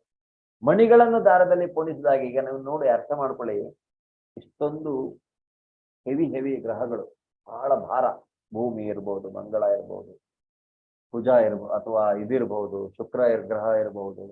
ಎಲ್ಲಾ ಗ್ರಹಗಳು ಹೇಗಿದ್ದಾವೆ? ತೇಲ್ತಾ ಇದ್ದಾವೆ, ಗೊತ್ತಾ ಅಲ್ವಾ? ಇವೆಲ್ಲ ತೇಲ್ಲಿಕ್ಕೆ ಕಾರಣ, ಹೇಗೆ ತೇಲ್ಬೇಕು ಅವು? ಎಲ್ಲಾದ್ರೂ ಬಿದ್ದೋಗ್ಬೋದಲ್ಲ. ಈ ಗುರುತ್ವಾಕರ್ಷಣ ಶಕ್ತಿ ಹೇಳ್ತಾರೆ ಅಲ್ವಾ, ಗ್ರಾವಿಟೇಷನಲ್ ಫೋರ್ಸ್. ಈ ಗ್ರಾವಿಟೇಷನಲ್ ಫೋರ್ಸ್ ಬರ್ತಾ ಇರೋದು ಎಲ್ಲಿಂದ?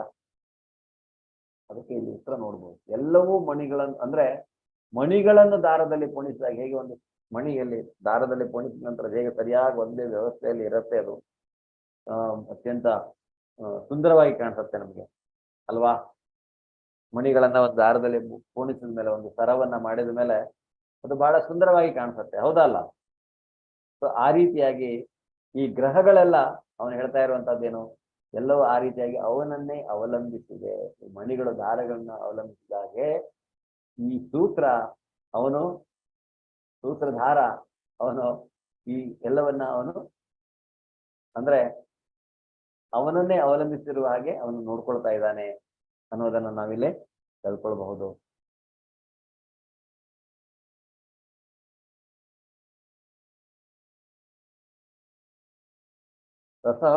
ರಸೋಹಮಪ್ಸು ಕೌಂಟೇಯ ಪ್ರಭಾಸ್ಮಿ ಶಶಿಸೂರ್ಯೋ ಪ್ರಣವಃ ಸರ್ವ ವೇದೇಶು ಶಬ್ದಕ್ಕೆ ಪೌರುಷಂ ರಸು.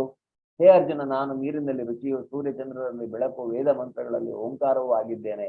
ನಾನು ಆಕಾಶದಲ್ಲಿ ಶಬ್ದವೂ, ಪುರುಷರಲ್ಲಿ ಪೌರುಷವೂ ಆಗಿದ್ದೇನೆ. ಇಲ್ಲೆಲ್ಲ ಹೇಳ್ತಾ ಇದ್ದಾನೆ. ಅವನನ್ನ ನಾವು ಹೇಳಿದ್ನಲ್ಲ, ಭಗವಂತನ ವಿಸ್ತರಣೆ ಎಲ್ಲಿ ಯಾವ ರೀತಿಯಲ್ಲಿ ಇರತ್ತೆ ಅನ್ನೋದು ನಮ್ಗೆ ಅರ್ಥ ಮಾಡಿಕೊಳ್ಳೋದು ಬಹಳ ಕಷ್ಟ. ಆದ್ರೆ ಅವನು ಇಲ್ಲಿ ಹೇಳಿದ್ದನ್ನಾದ್ರೂ ಅಟ್ಲೀಸ್ಟ್ ನಾವು ನಂಬಬಹುದು. ಅವನು ಹೇಳ್ತಾನೆ ಏನು, ನೀರಿನ ರುಚಿ ನಾನು. ಆ ನೀರಿನ ರುಚಿಯ ಬಗ್ಗೆ ನಾವು ಮಾಡಿಕೊಂಡ್ರೆ ನಮ್ಗೀಗ ಅಲ್ವಾ, ಸೂರ್ಯ ಚಂದ್ರರಲ್ಲಿ ಬೆಳಕು ಅವನೇ, ಅಂದ್ರೆ ಅವರಿಗೆ ಬೆಳಕು ಕೊಡೋದು ಅವನೇ, ಅವರಿಂದ ಐಹಿಕ ಪ್ರಪಂಚಕ್ಕೆ ಬೆಳಕು ಸಿಗತ್ತೆ. ಓಂಕಾರ ವೇದ ಮಂತ್ರಗಳಲ್ಲಿ ಪ್ರತಿಯೊಂದರನ್ನು ನಾವು ಯಾಕೆ ಓಂ ಇಂದ ಸ್ಟಾರ್ಟ್ ಮಾಡುವಂತಹದ್ದು, ಓಂ ತತ್ಸದ್ ಅನ್ನುವಂಥದ್ದನ್ನ ನಾವು ಮುಂದೆ ನೋಡೋಣ. ಅಂದ್ರೆ ಜ್ಞಾನಯೋಗದಲ್ಲಿ ಬರುತ್ತೆ. ನಾನು ಆಕಾಶದಲ್ಲಿ ಶಬ್ದವು, ಈಗ ಪ್ರತಿಯೊಂದು ಈ ಶಬ್ದ ಬರುವಂತಹದ್ದು ಆಕಾಶದಿಂದ, ಅಲ್ಲಿರುವಂತಹ ಶಬ್ದ ತಾನು ಅಂತ ಅವನು ಹೇಳ್ತಾನೆ. ಸೊ ಪುರುಷರಲ್ಲಿ ಅಂದ್ರೆ ಅತ್ಯಂತ ಪುರುಷರಲ್ಲಿ ಪೌರುಷ ಅಂದ್ರೇನು, ಅವರ ಬುದ್ಧಿ ಶಕ್ತಿಯಿಂದ ಅವರು ಮಾಡ್ತಾರೆ, ಏನಾದ್ರೂ ಒಂದು ಸಾಧನೆಯನ್ನ ಮಾಡಿದ್ರೆ ಅದು ಅಂತಹ ಒಂದು ಪೌರುಷತ್ವ ತಾನು, ಪುರುಷರ ಪೌರುಷ ತಾನು ಅನ್ನೋದನ್ನ ಅವನು ಹೇಳ್ತಾನೆ. ಅಷ್ಟೇ ಅಲ್ಲ, ನಾವು ಮುಂದೆ ನೋಡಿದ್ರೆ ನೀರಿನ ರುಚಿ, ಸೂರ್ಯಚಂದ್ರರ ಬೆಳಕು, ವೈದಿಕ ಮಂತ್ರಗಳಲ್ಲಿ ಓಂಕಾರ, ಧ್ವನಿಯಲ್ಲಿ ಆಕಾಶದಿಂದ ಬರುವಂತಹ ಶಬ್ದ, ಸಾಮರ್ಥ್ಯದಲ್ಲಿ ಮನುಷ್ಯ, ಪರಿಮಳ ಭೂಮಿಯಿಂದ ಬರುವಂತಹದ್ದು ಪರಿಮಳ ನಿಮಗೆ, ಅದು ಅವನು ಆಗಿರ್ತಾನೆ. ಬೆಂಕಿಯ ಶಾಖ ಅವನಾಗಿರ್ತಾನೆ. ಜೀವನದಲ್ಲಿ ಅಂದ್ರೆ ಎಲ್ಲಾ ಜೀವಿಯು ಜೀವಿಸುವಂತಹ ಜೀವನದಲ್ಲಿ ಅವನು ಜೀವಿ ಆಗಿರ್ತಾನೆ. ತಪಸ್ವಿಗಳ ತಪಸ್ಸವನಾಗಿರ್ತಾನೆ. ಎಲ್ಲ ಅಸ್ತಿತ್ವಗಳ ಮೂಲ ಬೀಜ ಅವನಾಗಿರ್ತಾನೆ. ಎಲ್ಲಾ ಶಕ್ತಿಶಾಲಿ ಪುರುಷದ ಪರಾಕ್ರಮ ಅವನಾಗಿರ್ತಾನೆ. ಕಾಮ ಆಸಕ್ತಿ ರಹಿತವಾದ ಸಾಮರ್ಥ್ಯ, ಕಾಮ ಆಸಕ್ತಿ ರಹಿತವಾದಂತಹದ್ದು ಅಂದ್ರೆ ಇಲ್ಲಿ ಆ ಒಂದು ಸಾಮರ್ಥ್ಯ ಭಗವಂತನ ಕುರಿತಾಗಿ ನಿಷ್ಕಾಮ ಕರ್ಮವನ್ನ ಮಾಡುವಂತಹದ್ದು. ಮತ್ತೆ ಲೈಂಗಿಕ ಜೀವನದಲ್ಲಿ ಧರ್ಮತತ್ವಗಳಿಗೆ ವಿರುದ್ಧವಲ್ಲದ ಇಲ್ಲಿ ಗೃಹಸ್ಥಾಶ್ರಮದಲ್ಲಿ ಹೇಳಲಾಗಿದೆ. ಅಂದ್ರೆ ಈ ಅಷ್ಟಾಂಗ ಯೋಗದಲ್ಲಿ ಇದನ್ನೆಲ್ಲ ಬಿಟ್ಬಿಟ್ಟು ಹೋಗ್ಬೇಕಾಗತ್ತೆ. ಆದ್ರೆ ಭಕ್ತಿ ಮಾರ್ಗದಲ್ಲಿ ನಾವು ಇದನ್ನ ಬಿಡ್ಬೇಕಂತಿಲ್ಲ. ಆದ್ರೆ ಇದು ಅವರು ಹೇಳುವಂತಹದ್ದು ಏನಂದ್ರೆ, ಹಲವಾರು ಗ್ರಂಥಗಳ ಉದಾಹರಣೆ ಮೇರೆಗೆ ನಾವು ಅರ್ಥ ಮಾಡಿಕೊಳ್ಳುವಂತಹದ್ದು ಏನಂದ್ರೆ, ಕಾಮಾಸಕ್ತಿ ಲೈಂಗಿಕ ಜೀವನ ಅನ್ನುವಂಥದ್ದು ಇರಬೇಕು, ಆದ್ರೆ ಅದು ಒಂದು ಪ್ರಜೆಗಳನ್ನ ಪಡೆಯುವುದಕ್ಕಾಗಿ ಇರಬೇಕು ಅನ್ನೋದನ್ನ ಹೇಳಲಾಗಿದೆ. ಆದ್ರೆ ಧರ್ಮ ತತ್ವಗಳಿಗೆ ವಿರುದ್ಧವಲ್ಲದ್ದು, ಧರ್ಮಗಳಲ್ಲಿ ಏನ್ ಹೇಳಿದೆ ಆ ರೀತಿಯಾಗಿ ಮಾಡ್ಬೇಕು ಅನ್ನುವಂಥದ್ದು. ಯೇ ಚೈವ ಸಾತ್ವಿಕ ಭಾವ ರಾಜಸಾಮಸಶ್ಚಯೇ ಮತ್ತ ಏವೇತಿ ತಾನ್ ವಿದ್ಧಿ ನಾತ್ವಹಂ ತೇಷು ತೇ ಮಯಿ. ಇದನ್ನು ತಿಳಿಬೇಕು. ಸಾತ್ವಿಕ ರಾಜಸ ತಾಮಸ ಸ್ಥಿತಿಗಳೆಲ್ಲ ನನ್ನ ಶಕ್ತಿಯಿಂದ ಪ್ರಕಟವಾದವು. ಒಂದು ಅರ್ಥದಲ್ಲಿ ಪ್ರತಿಯೊಂದು ವಸ್ತುವು ನಾನೇ, ಆದರೆ ನಾನು ಸ್ವತಂತ್ರನು. ನಾನು ಐಹಿಕ ಪ್ರಕೃತಿಯ ಗುಣಗಳಿಗೆ ಒಳಪಟ್ಟಿಲ್ಲ, ಬದಲಿಗೆ ಅವು ನನ್ನಲ್ಲಿ ಇರುವವು. ಸೊ ಇಲ್ಲಿ ಅವನು ಹೇಳ್ತಾ ಇದ್ದಾನೆ, ಸಾತ್ವಿಕ ರಾಜ ತಾಮಸ ಐಹಿಕ ಪ್ರಕೃತಿಯ ಗುಣಗಳು, ಈ ಗುಣಗಳೇ ನಮ್ಮನ್ನ ಇಲ್ಲಿ ಬಂಧನದಲ್ಲಿರುವಂತೆ ಮಾಡುವಂತಹದ್ದು. ಅದರಿಂದ ಅವನೇನು ಹೇಳ್ತಾನೆ, ಇದೆಲ್ಲವೂ ಅವನಿಂದನೇ ಬಂದಿರುವಂತಹದ್ದು. ಒಂದು ಅರ್ಥದಲ್ಲಿ ಹೇಳಲಿಕ್ಕೆ ಹೋದ್ರೆ ಅವನು ಹೇಳ್ತಾನೆ ಎಲ್ಲವೂ ನಾನೇ, ಆದರೆ ಅವನು ಸ್ವತಂತ್ರನು, ಅವನಿಗೆ ಯಾವುದಕ್ಕೂ ಒಳಪಟ್ಟಿರುವುದಿಲ್ಲ. ಅವನೇ ಅದಾದ್ರೂ ಸಹಿತ ಅವನಿಗೆ ಯಾವುದೇ ನಿಯಮ, ಅವನು ಈ ನಿಯಮಕ್ಕೆ ಒಳಪಟ್ಟಿರುವುದಿಲ್ಲ. ಅವನೇನ್ ಮಾಡ್ತಾನೆ,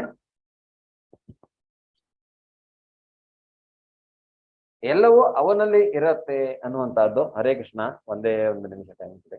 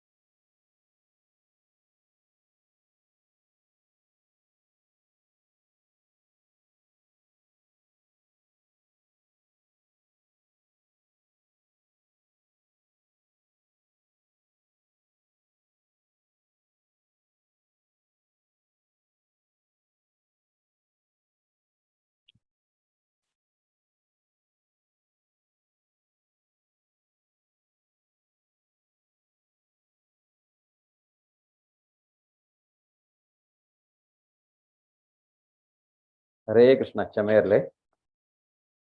ಸೊ ಇಲ್ಲಿ ಈ ಮೂರು ಗುಣ ಭಗವಂತನಿಂದ ಬಂದಿರುವಂತಹದ್ದು ಅಂತ ಅವನಿಲ್ಲಿ ಹೇಳ್ತಾನೆ.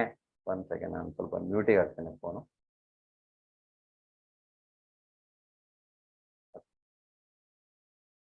ಆದರೆ ನಾನು ಸ್ವತಂತ್ರ, ಅವನು ಇದಕ್ಕೆ ಒಳಗಾಗುವುದು. ತ್ರಿಭಿರ್ ಗುಣಮಯೈರ್ಭಾವೈರ್ ಏಭಿಃ ಸರ್ವಮಿದಂ ಜಗತ್ ಮೋಹಿತಂ ನಾಭಿಜಾನಾತಿ ಮಾಮೇಭ್ಯಃ ಪರಮವ್ಯಯಂ. ಸಾತ್ವಿಕ, ರಾಜಸ ಮತ್ತು ತಾಮಸವೆನ್ನುವ ಮೂರು ಗುಣಗಳಿಂದ ಮೋಹಿತವಾಗಿ ಈ ಸಮಸ್ತ ಜಗತ್ತು ನನ್ನನ್ನು ಅರಿಯದೇ ಇದೆ. ನಾನು ಈ ಗುಣವನ್ನು ಮೀರಿದವನು ಮತ್ತು ಅವ್ಯಯನು. ಸೊ ಇಲ್ಲಿ ಬೇಸಿಕಲಿ ಅವನು ಹೇಳ್ತಾ ಇರುವಂತಹದ್ದೇನು, ಈ ಮೂರು ಗುಣಗಳು ಸಹಿತ ನಮ್ಮನ್ನ ಬಂಧನದಲ್ಲಿ ಇಡ್ತವೆ ಇಲ್ಲೇ. ಆದ್ರಿಂದ ಈ ಮೂರು ಗುಣಗಳು ನಮ್ಮನ್ನ ಮರೆಮಾಚ್ತವೆ. ಭಗವಂತ ಯಾರು ಅನ್ನುವಂಥದ್ದನ್ನ ಅರ್ಥ ಪೂರ್ತಿಯಾಗಿ ಅವನನ್ನ ತಿಳ್ಕೊಳ್ಳೋದಕ್ಕೆ ಅವು ನಮಗೆ ಒಂದು ರೀತಿಯಾದಂತಹ ಈ ಮೂರು ಗುಣ ಅನ್ನುವಂತಹದ್ದು ಒಂದು ಕವರ್ ಅಥವಾ ಒಂದು ಅಡೆತಡೆ ಅಂತ ಅಥವಾ ಗೋಡೆ ಅನ್ನುವಂಥದ್ದನ್ನ ನಾವು ತಿಳ್ಕೊಳ್ಬಹುದು. ಈ ಮೂರು ಗುಣಗಳು, ಅದಕ್ಕೆ ಅವನು ಈ ಮೂರು ಗುಣ ಇದಕ್ಕೆ ಒಂದು ಅಧ್ಯಾಯ ಇದೆ, ಅದರಲ್ಲಿ ನಾವು ತಿಳ್ಕೊಳ್ಳೋಣ ಹೇಗೆ ಈ ಮೂರು ಗುಣಗಳನ್ನು ನಾವು ಮೀರುವುದು ಅನ್ನುವಂಥದ್ದು. ಸೊ ಅವನು ಇದೆಲ್ಲವನ್ನ ಮೀರಿದವನು, ಅವನು ಅವ್ಯಯನು, ಅವನು ವ್ಯಯಿಸದೇ ಇರುವವನು. ನಾವೆಲ್ಲ ಇಲ್ಲಿ ನಮ್ಮ ಶರೀರ ಅನ್ನೋದು ವ್ಯಯಿಸುತ್ತೆ, ಎಲ್ಲ ಜೀವಿಯ ಅವ್ಯಯನೇ, ಭಗವಂತನೂ ಅವ್ಯಯನೇ. ಆದ್ರೆ ಈ ಶರೀರ, ಭೌತಿಕ ಶರೀರ ನಮ್ದು ವ್ಯಯಿಸುತ್ತೆ. ಹರೇ ಕೃಷ್ಣ, ಎಲ್ರಿಗೂ ಕೇಳಿಸ್ತಾ ಇದೆಯಲ್ಲ? ಕೇಳಿಸ್ತಾ ಇದೆ ಪ್ರಭುಜಿ. ಹರೇ ಕೃಷ್ಣ. ಧನ್ಯವಾದಗಳು.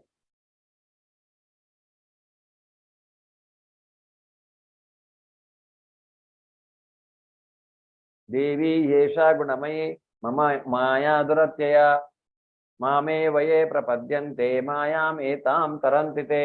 ಐಹಿಕ ಪ್ರಕೃತಿಯ ತ್ರಿಗುಣಗಳಿಂದ ಆದ ಈ ನನ್ನ ದೈವಿಕ ಶಕ್ತಿಯನ್ನು ಮೀರಿದವನು ಮೀರುವುದು ಬಹಳ ಕಷ್ಟ. ಆದರೆ ನನಗೆ ಶರಣಾಗತರಾದವರು ಸುಲಭವಾಗಿ ಅದನ್ನು ದಾಟಿ ಹೋಗಬಲ್ಲರು. ಇಲ್ಲಿ ಭಗವಂತ ಹೇಳೋದಿಷ್ಟೇ, ಅವನಿಗೆ ನಾವು ಶರಣಾಗತರಾಗಬೇಕು, ಅವನು ನಮಗೆ ಕೈ ಹಿಡಿದು ಕರ್ಕೊಂಡು ಹೋಗ್ತಾನೆ. ಭಗವಂತ ನಮ್ಮನ್ನ ಈ ಸಾಗರದಿಂದ, ಈ ಭವಸಾಗರ, ನಾವು ಹೇಳ್ತಲ್ಲ ಈಸಬೇಕು ಇದು ಜಯಿಸಬೇಕು ಅಂತ, ಆದ್ರೆ ನಾವು ಬದುಕಬೇಕು. ಈ ಶರೀರವನ್ನು ಅವನು ಕೊಟ್ಟಿದ್ದಾನೆ, ಈ ಶರೀರವನ್ನು ಒಂದು ಹಡಗಾಗಿ ನಾವು ಉಪಯೋಗಿಸಿಕೊಂಡು ಈ ಭವಸಾಗರವನ್ನ ದಾಟಬೇಕು ಅನ್ನೋದನ್ನ ಅವನು ಈಶೋಪನಿಷತ್ನಲ್ಲಿ ಹೇಳ್ತಾನೆ. ಸೊ ಆದ್ರಿಂದ ಈ ಶರೀರ ಅನ್ನುವಂತಹದ್ದು ಮುಖ್ಯ, ಇದನ್ನು ನಾವು ಕಾಪಾಡ್ಕೋಬೇಕು. ಜ್ಞಾನಿಗಳು ಅಥವಾ ತಿಳಿದವರು, ಆಚಾರ್ಯರು, ಗುರುಗಳು ಹೇಳ್ತಾರೆ, ಇಲ್ಲ ಗುರುಪಾದರು ಹೇಳ್ತಾರೆ, ನಮ್ಮ ಶರೀರವನ್ನು ನಾವು ಯಾವಾಗಲೂ ಕಾಪಾಡ್ಕೋಬೇಕು. ಅದಕ್ಕೇನಾದ್ರು ಅಂದ್ರೆ ನಾವು ಹುಷಾರಿಲ್ಲ, ಏನಾದರೂ ಇದ್ರೆ ಹೋಗಿ ಟ್ರೀಟ್ಮೆಂಟ್ ತಗೊಳ್ಬೇಕು. ಈ ಶರೀರ ಮುಖ್ಯ ನಮ್ಗೆ. ಆದ್ರೆ ಈ ಶರೀರವೇ ಎಲ್ಲ ಅಲ್ಲ, ನಾನು ಈ ಶರೀರ ಅಲ್ಲ, ಇದನ್ನು ನಾನು. ಅದರಿಂದ ಅವನು ಹೇಳ್ತಾ ಇರುವಂತದ್ದೇನು, ನನಗೆ ಶರಣಾಗತರಾದರು ಸುಲಭವಾಗಿ ಅದನ್ನು ದಾಟಿ ಹೋಗಬಲ್ಲರು. ಭಗವಂತನಿಗೆ ನಾವು ಶರಣಾಗತರಾಗಬೇಕು. ಈ ಐಹಿಕ ಪ್ರಪಂಚದಿಂದ ನಾವು ಶಾಶ್ವತವಾಗಿ ಮತ್ತೆ ಈ ಲೋಕಕ್ಕೆ ಬರದೇ ಇರೋ ಥರ ಆಗ್ಬೇಕು. ಅಂದ್ರೆ ಶಾಶ್ವತವಾಗಿ ನಾವು ಎಟರ್ನಲ್ ಸುಖ ಶಾಂತಿ ಪಡೆಯಬೇಕಂದ್ರೆ ಅದು ಭಗವಂತನ ಲೋಕ, ಅಲ್ಲಿ ಮಾತ್ರ ಸಾಧ್ಯ. ಅದು ನಮಾಂ ದುಷ್ಕೃತಿ ನೋಮೂಢ ಪ್ರಪದ್ಯಂತೆ ನರಾಧಮಃ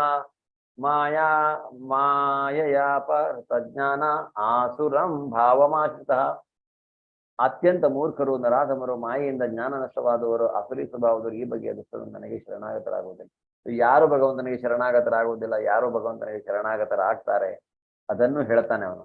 ಇವರೆಲ್ಲ ಆಟೋಮೆಟಿಕಲಿ ಇಂಥವರು ಶರಣಾಗತರಾಗುವುದಿಲ್ಲ. ಯಾರು ಅಸುರಿ ಸ್ವಭಾವದಲ್ಲಿರ್ತಾರೆ, ನರಾಧಮರಿರ್ತಾರೆ, ಬೇರೆಯವರಿಗೆ ತೊಂದರೆ ಕೊಡುವವರು, ಹಿಂಸೆಯನ್ನು ಕೊಡುವವರು, ಬೇರೆ ಬೇರೆ ಗುಣದಲ್ಲಿ ಇರುವಂತವರು, ಈ ಆಸುರಿ ಗುಣ,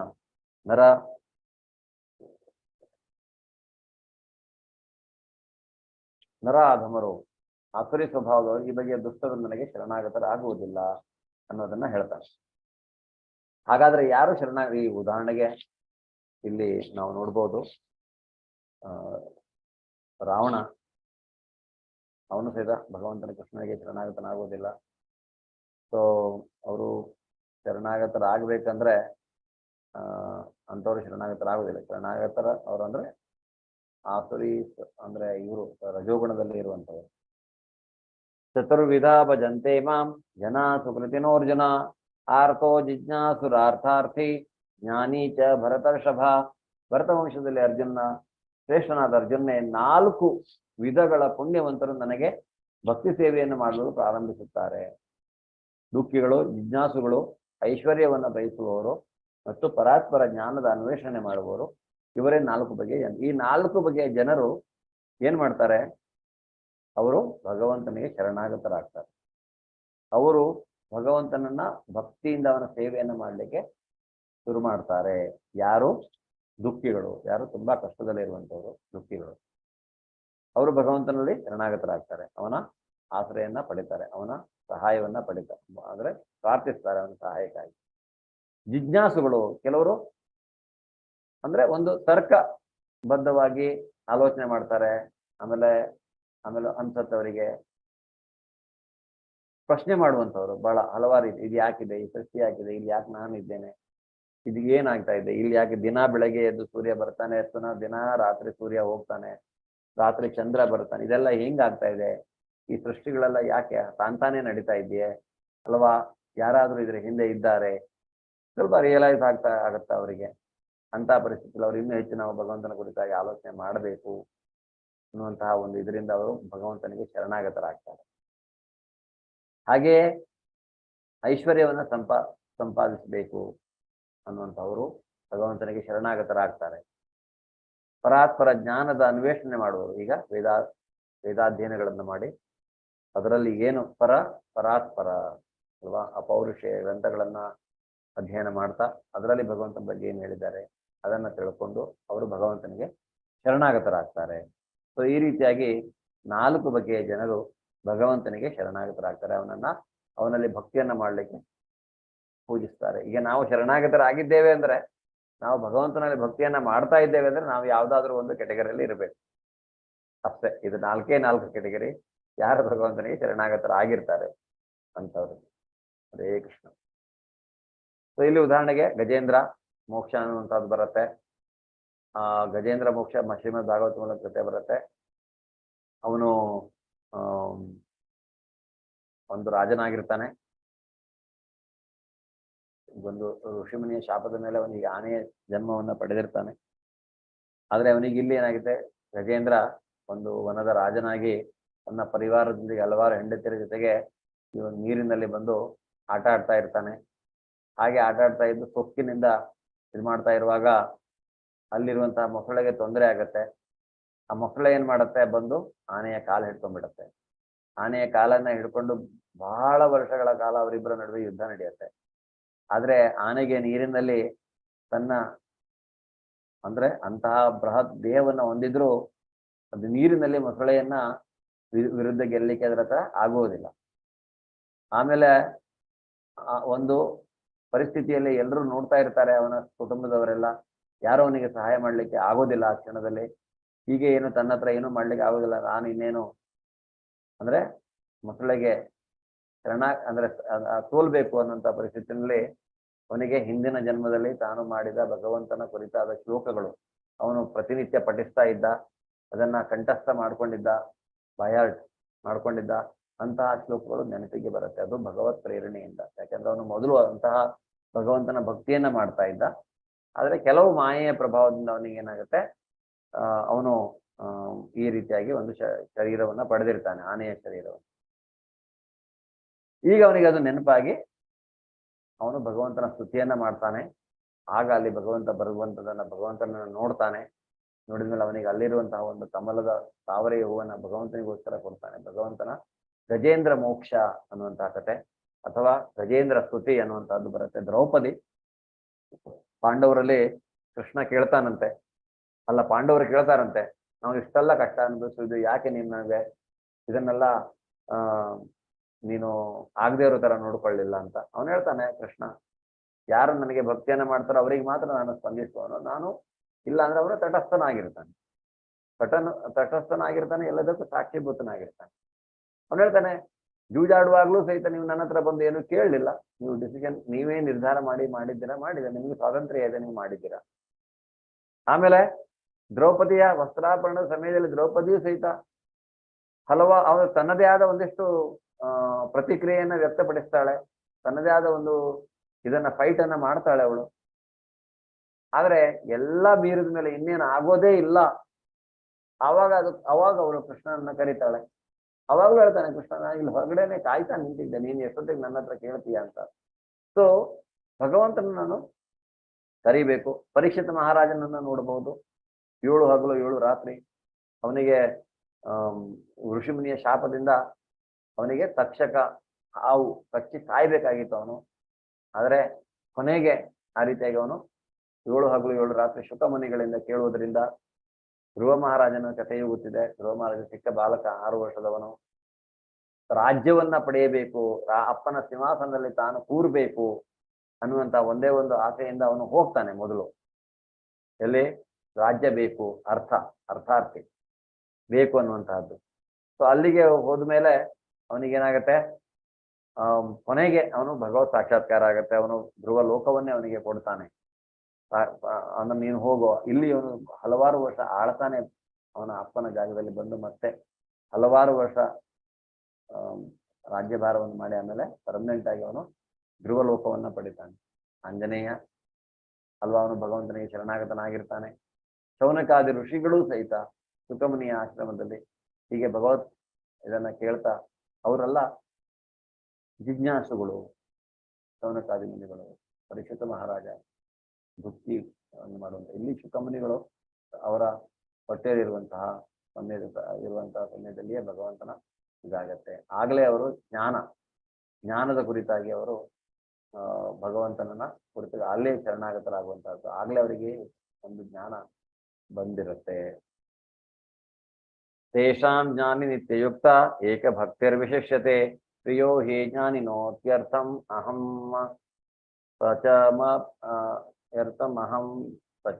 ಮಮ ಪ್ರಿಯ. ಇವರಲ್ಲಿ ಪೂರ್ಣ ಜ್ಞಾನವಿರುವವನು ಮತ್ತು ಸದಾ ಶುದ್ಧ ಭಕ್ತಿ ಸೇವೆಯಲ್ಲಿ ನಿರತನಾಗಿರುವವನು ಶ್ರೇಷ್ಠನು. ಅವನು ನನಗೆ ಬಹಳ ಪ್ರಿಯನಾದವನು ಮತ್ತು ನನಗೆ ಅವನು ಪ್ರಿಯನಾದವನು. ಸೊ ಇಬ್ಬರಿಗೂ ಒಬ್ರಿಗೊಬ್ರು ಪ್ರಿಯ. ಭಗವಂತನಿಗೆ ಭಕ್ತ ಪ್ರಿಯ, ಭಕ್ತನಿಗೆ ಭಗವಂತ ಪ್ರಿಯ. ಅದರಿಂದ ಶುದ್ಧ ಭಕ್ತಿ ಸೇವೆಯಲ್ಲಿ ಯಾರು ನಿರತರಾಗಿರ್ತಾರೋ ಅಂಥವರು ಅಂತ ಭಗವಂತ ಹೇಳ್ತಾನೆ. ಸೊ ಭಗವಂತನಿಗೆ ನಾವು ಬೇಕಾಗಿದ್ದೇನೋ ನಾವು ಮಾಡುವಂತಹ ಭಕ್ತಿ. ಸೊ ನಾವು ಯಾವ ರೀತಿ ಭಕ್ತಿಯನ್ನ ಮಾಡಬೇಕು ಅದು ನಾಳೆ ನಾಡ್ದು 8ನೇ ಅಧ್ಯಾಯ 9ನೇ ಅಧ್ಯಾಯದಲ್ಲಿ ಇನ್ನೂ ಹೆಚ್ಚಿನ ವಿವರಣೆಯನ್ನು ಅದ್ರ ಬಗ್ಗೆ ಕೊಡ್ತಾನೆ. ಭಕ್ತಿಯನ್ನು ನಾವು ಹೇಗೆ ಮಾಡಬೇಕು ಅನ್ನೋಂಥದ್ದು. ಬಹೂನಾಂ ಜನ್ಮ ನಾವಂತೆ ಜ್ಞಾನವಾನ್ ಮಾಂ ಪ್ರಪದ್ಯತೆ ವಾಸುದೇವ ಸರ್ವಮಿತೆ ಸಹ ಮಹಾತ್ಮ ಸದುರ್ಲಭ. ಅನೇಕ ಬಾರಿ ಹುಟ್ಟಿ ಸತ್ತ ನಂತರ ವಾಸ್ತವವಾಗಿ ಜ್ಞಾನದಲ್ಲಿರುವವನಿಗೆ ನಾನು ಎಲ್ಲಾ ಕಾರಣಗಳ ಕಾರಣ ಮತ್ತು ಅಸ್ತಿತ್ವದಲ್ಲಿರುವ ಎಲ್ಲದರ ಕಾರಣ ಎನ್ನುವುದು ತಿಳಿಯುತ್ತೆ. ಆದ್ದರಿಂದ ಅವನು ನನಗೆ ಶರಣಾಗತನಾಗುತ್ತಾನೆ. ವಾಸುದೇವ ಸರ್ವಮಿತಿ, ವಾಸುದೇವನೇ ಎಲ್ಲವೂ, ಸರ್ವಂ ಇತಿ ಅಲ್ವಾ, ಅವನೇ ಎಲ್ಲವೂ ಅಂದ್ರೆ ಕೃಷ್ಣನೇ ಎಲ್ಲವೂ ಅನ್ನೋದನ್ನ ಯಾರು ತಿಳಿದಿರ್ತಾನೆ ಜ್ಞಾನಿ, ಅವನು ಎಲ್ಲದರ ಕಾರಣ. ಇಲ್ಲಿರುವಂತಹ ಗೋಪಿಕಾಸ್ತ್ರೀಯರಿರಬಹುದು, ಹೇಳಿದ್ನಲ್ಲ ನಾನು ವೃಂದಾವನದಲ್ಲಿ, ಅವರೆಲ್ಲ ಜ್ಞಾನಿಗಳು. ಅವರಿಗೆ ಭಗವಂತ ಯಾರು ಅನ್ನೋದು ಗೊತ್ತಿದೆ. ಅವನ ಆಸೆ, ಅವರ ಆಸೆ ಅಂದ್ರೆ ಭಕ್ತರಾಗಿ ಅವನ ಸೇವೆ ಮಾಡುವಂತಹ ಒಂದು ಆಸೆಯ ಮೇರೆಗೆ ಅವರು ಹಲವಾರು ರೂಪವನ್ನು ಅವನ ಜೊತೆ ತಾಳಿರ್ತಾರೆ. ಅವನ ಲೀಲೆಯಲ್ಲಿ ಅವರೆಲ್ಲ ತಮ್ಮನ್ನ ತಾವು ತೊಡಗಿಸಿಕೊಳ್ತಾರೆ ಒಂದು ಭಾಗವಾಗಿ. ಅದರಿಂದ ಅಂಥವ್ರು ಅವನಿಗೆ ಶರಣಾಗತರಾಗ್ತಾರೆ. ಅಂತಹ ಮಹಾತ್ಮನು ದುರ್ಲಭ ಅನ್ನೋದನ್ನ ಹೇಳ್ತಾನೆ. ಆ ರೀತಿಯಾಗಿ ಶರಣಾಗತರಾದವರು ದುರ್ಲಭ. ಕಾಮ್ಯೈ ಸೈರ್ಹೃತ ಜ್ಞಾನ ಪ್ರಪದ್ಯಂತೆ ನ್ಯದೇವತಾ ತಂ ನಿಯಮಮಾಸ್ತಾಯ ಪ್ರಕೃತಿಯ ನಿಯತಾಶ್ರಯ. ಐಹಿಕ ಬಯಕೆಗಳು ಯಾರ ಬುದ್ಧಿಶಕ್ತಿಯನ್ನು ಕದ್ದಿವೆಯೋ ಅಂತಹವರು ದೇವತೆಗಳಿಗೆ ಶರಣಾಗತರಾಗುತ್ತಾರೆ ಮತ್ತು ತಮ್ಮ ಸ್ವಭಾವಗಳಿಗೆ ಅನುಗುಣವಾಗಿ ಪೂಜೆಯ ನಿರ್ದಿಷ್ಟ ನಿಯಮ ನಿಬಂಧನೆಗಳನ್ನು ಅನುಸರಿಸುತ್ತಾರೆ.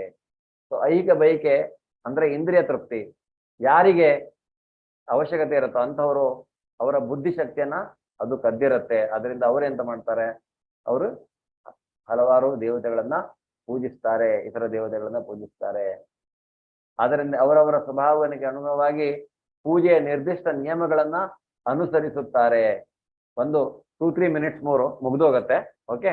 ಯೋ ಯೋ ಯಾಮ್ ಯಾಮ್ ತನುಂ ಭಕ್ತಃ ಶ್ರದ್ಧೆಯಾರ್ಥಮಿಚ್ಛತಿ ತಸ್ಯ ತಸ್ಯಾಚಲಾಂ ಶ್ರದ್ಧಾಂ ತಾಮೇವ ವಿವಿಧಾಮ್ಯಹಂ. ನಾನು ಪರಮಾತ್ಮನಾಗಿ ಪ್ರತಿಯೊಬ್ಬರ ಹೃದಯದಲ್ಲಿ ಇದ್ದೇನೆ. ಯಾರಾದರೂ ಯಾವುದಾದರೂ ದೇವತೆಯನ್ನು ಪೂಜಿಸಲು ಇಚ್ಛಿಸುತ್ತಲೇ ಆತನು ಆ ದೇವತೆಗೆ ಮುಡಿಪಾಗುವಂತೆ ಅವನ ಶ್ರದ್ಧೆಯನ್ನ ಸ್ಥಿರಗೊಳಿಸುತ್ತೇನೆ. ನೋಡಿ, ಪರಮಾತ್ಮನಾಗಿ ಅವನು ಸಾಕ್ಷಿಭೂತ ನಮ್ಮ ಹೃದಯದಲ್ಲಿದ್ದಾನೆ. ಈಗ ನಾವು ಯಾವುದಾದ್ರೂ ಒಂದು ದೇವತೆಯನ್ನ ಪೂಜೆ ಮಾಡ್ತಾ ಇದ್ರೆ ಆ ದೇವತೆಗೆ ನಾವು ಪೂರ್ತಿಯಾಗಿ ಶರಣಾಗತರಾಗೋದು ಹಾಗೆ ಅವನು ನಮಗೆ ಅಂತಹ ಒಂದು ಬುದ್ಧಿಯನ್ನು ಅವನು ಕೊಡ್ತಾನೆ ಅನ್ನೋದನ್ನು ಸಹಿತ ಅವನು ಹೇಳ್ತಾನೆ. ಯಾಕೆಂದ್ರೆ ಅವನು ತಟಸ್ಥ, ಅವನ ಕೆಲವು ಕೆಲಸಗಳಿದ್ದಾವೆ, ಅವನು ಅದನ್ನ ಮಾಡ್ತಾ ಇರ್ತಾನೆ. ಅವನದೇ ಸೃಷ್ಟಿ, ಎಲ್ಲವೂ ಅವನೇ, ಎಲ್ಲದಕ್ಕೂ ಅವನೇ ಕಾರಣ, ಅವನು ಮಾಡ್ತಾ ಇರ್ತಾನೆ. ನಮಗೂ ಒಂದು ಇದನ್ನ ಕೊಟ್ಟಿದ್ದಾನೆ, ಏನೋ ಸ್ವಾತಂತ್ರ್ಯ ಅನ್ನುವಂಥದ್ದು ಕೊಟ್ಟಿದ್ದಾನೆ. ಅದರಿಂದ ಆ ಸ್ವಾತಂತ್ರ್ಯವನ್ನು ನಾವು ದುರುಪಯೋಗ ಪಡಿಸಿಕೊಳ್ಳದೆ ಅದನ್ನ ಭಗವಂತನ ಸೇವೆಯಲ್ಲಿ ತೊಡಗಿಸ್ಕೊಂಡ್ರೆ ನಾವು ಖಂಡಿತವಾಗಿಯೂ ಅವನ ಲೋಕವನ್ನ ಪ್ರಾಪ್ತಿ ಮಾಡ್ಕೋಬಹುದು. ಸತಯ ಶ್ರದ್ಧೆಯ ಯುಕ್ತ ಸಸ್ಯಾರಾಧನಮೀಹತೆ ಲಭತೆ ಚ ತತಃ ಕಾಮಾನ್ ಮಯ್ಯೈವ ವಿಹಿತಾನ್ ಹಿತಾನ್.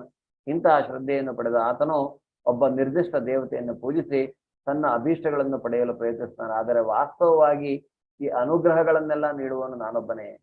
ಇಲ್ಲಿ ನೋಡಿ, ಕಾಯೇನ ವಾಚ ಮನಸೇಂದ್ರಿಯ ಬುದ್ಧ್ಯಾತ್ಮನ ಪರಿಶುದ್ಧ ಕರೋಮಿ ಅದು ಸಕಲಂ ಪರಸ್ಮೈ ನಾರಾಯಣಾನಿಗೆ ಸಮರ್ಪಯಾಮಿ. ಸೊ ಪ್ರತಿಯೊಂದನ್ನು ಕೊಡುವವನು ಅವನೇ. ಅದರಿಂದ ನಾವು ತಿಳ್ಕೊಳ್ಬಹುದು, ನಾವು ಯಾವುದೇ ದೇವತೆಯನ್ನ ಪೂಜಿಸಬಹುದು. ಉದಾಹರಣೆಗಾಗಿ ಇಲ್ಲಿ ಈ ಚಿತ್ರದಲ್ಲಿ ನೀವೇನ್ ನೋಡ್ತಾ ಇದ್ದೀರಾ, ಈ ಭೂಮಿ ತಾಯಿ ಹಸುವಿನ ರೂಪದಲ್ಲಿ ಬ್ರಹ್ಮನ ಹತ್ರ ಹೋಗ್ತಾಳೆ. ಇಲ್ಲಿ ಅವಳಿಗೆ ಕಾಟ ತಡ್ಲಿಕ್ಕೆ ಆಗೋದಿಲ್ಲ, ಅಟ್ಟಹಾಸ ನಡೀತಾ ಇದೆ. ರಾಕ್ಷಸ ಪ್ರವೃತ್ತಿಯವರು, ದುರಹಂಕಾರಿಗಳು, ದುರಾತ್ಮರು, ಅಧರ್ಮಿಗಳು ತಡಿಲಿಕ್ಕಾಗದೆ ಅವಳು ಆ ಹಸುವಿನ ರೂಪದಲ್ಲಿ ಅವಳು ಹೋಗ್ತಾಳಂತೆ. ಬ್ರಹ್ಮನ ಹತ್ರ ಬಂದು ಕೇಳ್ತಾಳಂತೆ, ನನಗೆ ಈ ತರ ಕಷ್ಟ ಆಗ್ತಾ ಇದೆ. ಬ್ರಹ್ಮ ಏನ್ ಮಾಡೋದು, ಬ್ರಹ್ಮನ ಹತ್ರನೂ ಏನು ಮಾಡ್ಲಿಕ್ಕೆ ಆಗ್ತಾ ಇಲ್ಲ. ಅಂತಹ ಒಂದು ಅಗಾಧವಾದಂತಹ ವರಗಳನ್ನು ಅವರು ಪಡೆದಿರ್ತಾರೆ. ಅಂತಹ ಒಂದು ದುಷ್ಕರ್ಮಿಗಳು ಅಟ್ಟಹಾಸವನ್ನು ಮೆರಿತಾ ಇರ್ತಾರೆ, ತೊಂದರೆ ಕೊಡ್ತಾರೆ, ರಾಕ್ಷಸಿ ಸ್ವಭಾವದವರು ಅವರು. ಆಮೇಲೆ ಅವರು ಎಲ್ಲ ಶಿವನ ಹತ್ರ ಹೋಗಿ, ಅವರೆಲ್ಲ ಸೇರಿ ಮಹಾವಿಷ್ಣುವಿನ ಹತ್ರ ಹೋಗಿ ಅಲ್ಲಿ ಅವನು ಹೇಳ್ತಾನೆ, ತಾನಿಲ್ಲ, ನಾನು ಮತ್ತೆ ಅವತಾರ ಮಾಡ್ತೇನೆ ಅನ್ನೋದನ್ನ ಅವನ ತಿಳಿಸಿ ಕಳಿಸ್ತಾನೆ. ಅದರಿಂದ ನಮಗೆ ಯಾವುದೇ ಒಂದು ಭಗವಂತನ ಪೂಜೆಯಿಂದ, ಬೇರೆ ಯಾವುದೇ ರೀತಿಯಾದಂತಹ ದೇವತೆಗಳ ಪೂಜೆಯಿಂದ ನಮಗೆ ಏನಾದ್ರೂ ಒಂದು ವರ ಸಿಕ್ಕಿದ್ರೆ ಅಥವಾ ಅನುಗ್ರಹ ಆದ್ರೆ ಅದನ್ನ ನಿಜವಾಗಿ ಅನುಗ್ರಹ ಮಾಡುವವನು ಅವನೇ, ಕೃಷ್ಣ ಅನ್ನೋದನ್ನ ನಾವು ಈ ಶ್ಲೋಕದಿಂದ ಅರ್ಥ ಮಾಡಿಕೊಳ್ಳುವಂತಹದ್ದು. ಅಂತವಂತು ಫಲಂ ತೇಷಾಂ ತದ್ ಭವತ್ಯಲ್ಪಮೇಧಸಾಂ ದೇವಾನ್ ದೇವೇಜೋ ಯಾಂತಿ ಮದ್ಭಕ್ತ ಯಾಂತಿ ಮಾಂಸೆ. ಅಲ್ಪ ಬುದ್ಧಿಯವರು ದೇವತೆಗಳನ್ನ ಪೂಜಿಸುತ್ತಾರೆ, ಅವರು ಪಡೆಯುವ ಫಲವು ಮಿತವಾದದ್ದು ಮತ್ತು ಅಲ್ಪ ಕಾಲದ್ದು. ದೇವತೆಗಳನ್ನು ಪೂಜಿಸುವವರು ದೇವತೆಗಳ ಲೋಕಕ್ಕೆ ಹೋಗುತ್ತಾರೆ, ಆದರೆ ನನ್ನ ಭಕ್ತರು ಕಡೆಗೆ ನನ್ನ ಪರಮ ಲೋಕವನ್ನ ಮುಟ್ಟುವರು. ಸೊ ಯಾರು ಈ ಬೇರೆ ರೀತಿಯಾದಂತಹ ನಾವು ಇತರ ದೇವತೆಗಳನ್ನ ಪೂಜಿಸಿದ್ರೆ ಏನಾಗತ್ತೆ, ನಾವು ಅಲ್ಪ ಬುದ್ಧಿಯವರು ಅಂತ ಅವನು ಇಲ್ಲಿ ಹೇಳ್ತಾನೆ. ಅದರಿಂದ ಅವರಿಂದ ನಮಗೆ ಆ ಪೂಜೆಯನ್ನ ಮಾಡುವುದರಿಂದ ನಮಗೆ ಸಿಗುವಂತ ಫಲವೂ ಸಹಿತ ಅಲ್ಪ ಕಾಲದ್ದು. ಅಂದ್ರೆ ಶಾಶ್ವತವಾಗಿ ನಮಗೆ ಫಲ, ಭಗವಂತನ ಫಲ ಬೇಕು ಅಥವಾ ಅವನ ಧಾಮವನ್ನ ನಾವು ಹೋಗ್ಬೇಕಂದ್ರೆ ನಾವು ಅವನ ಕುರಿತಾಗಿ ಭಕ್ತಿಯನ್ನ ಮಾಡಬೇಕು ಅನ್ನೋದನ್ನ ಹೇಳ್ತಾನೆ. ನನ್ನ ಭಕ್ತರ ಕಡೆಗೆ ನನ್ನ ಪರಮ ಲೋಕವನ್ನ ಮುಟ್ಟುವರು. ಆದರೆ ನಾವು ಇತರ ದೇವತೆಗಳನ್ನ ಪೂಜಿಸಿದ್ರೆ ಅವರು ಯಾವ ಲೋಕದಲ್ಲಿ ಇರ್ತಾರೋ ಆ ದೇವತೆಗಳು, ನಾವು ಆ ಲೋಕವನ್ನ ಮುಟ್ಟಬಹುದು. ಅಲ್ಲಿಂದ ಮುಂದೆ ಸಹಿತ ಆ ದೇವತೆಗಳ ಅನುಗ್ರಹದ ಮೇರೆಗೆ ನಾವು ಭಗವಂತನ ಭಕ್ತಿಯನ್ನ ಮಾಡ್ಕೊಂಡು ಭಗವದ್ಧಾಮವನ್ನ ಸೇರ್ಬಹುದು. ಆದ್ರೆ ಆ ಇತರ ದೇವತೆಗಳ ಲೋಕ ಶಾಶ್ವತವಾದಂತಹ ಲೋಕಗಳಲ್ಲ, ನಮಗೆ ಅಲ್ಲಿಂದ ನಾವು ಕೆಳಗೆ ಬರಬಹುದು.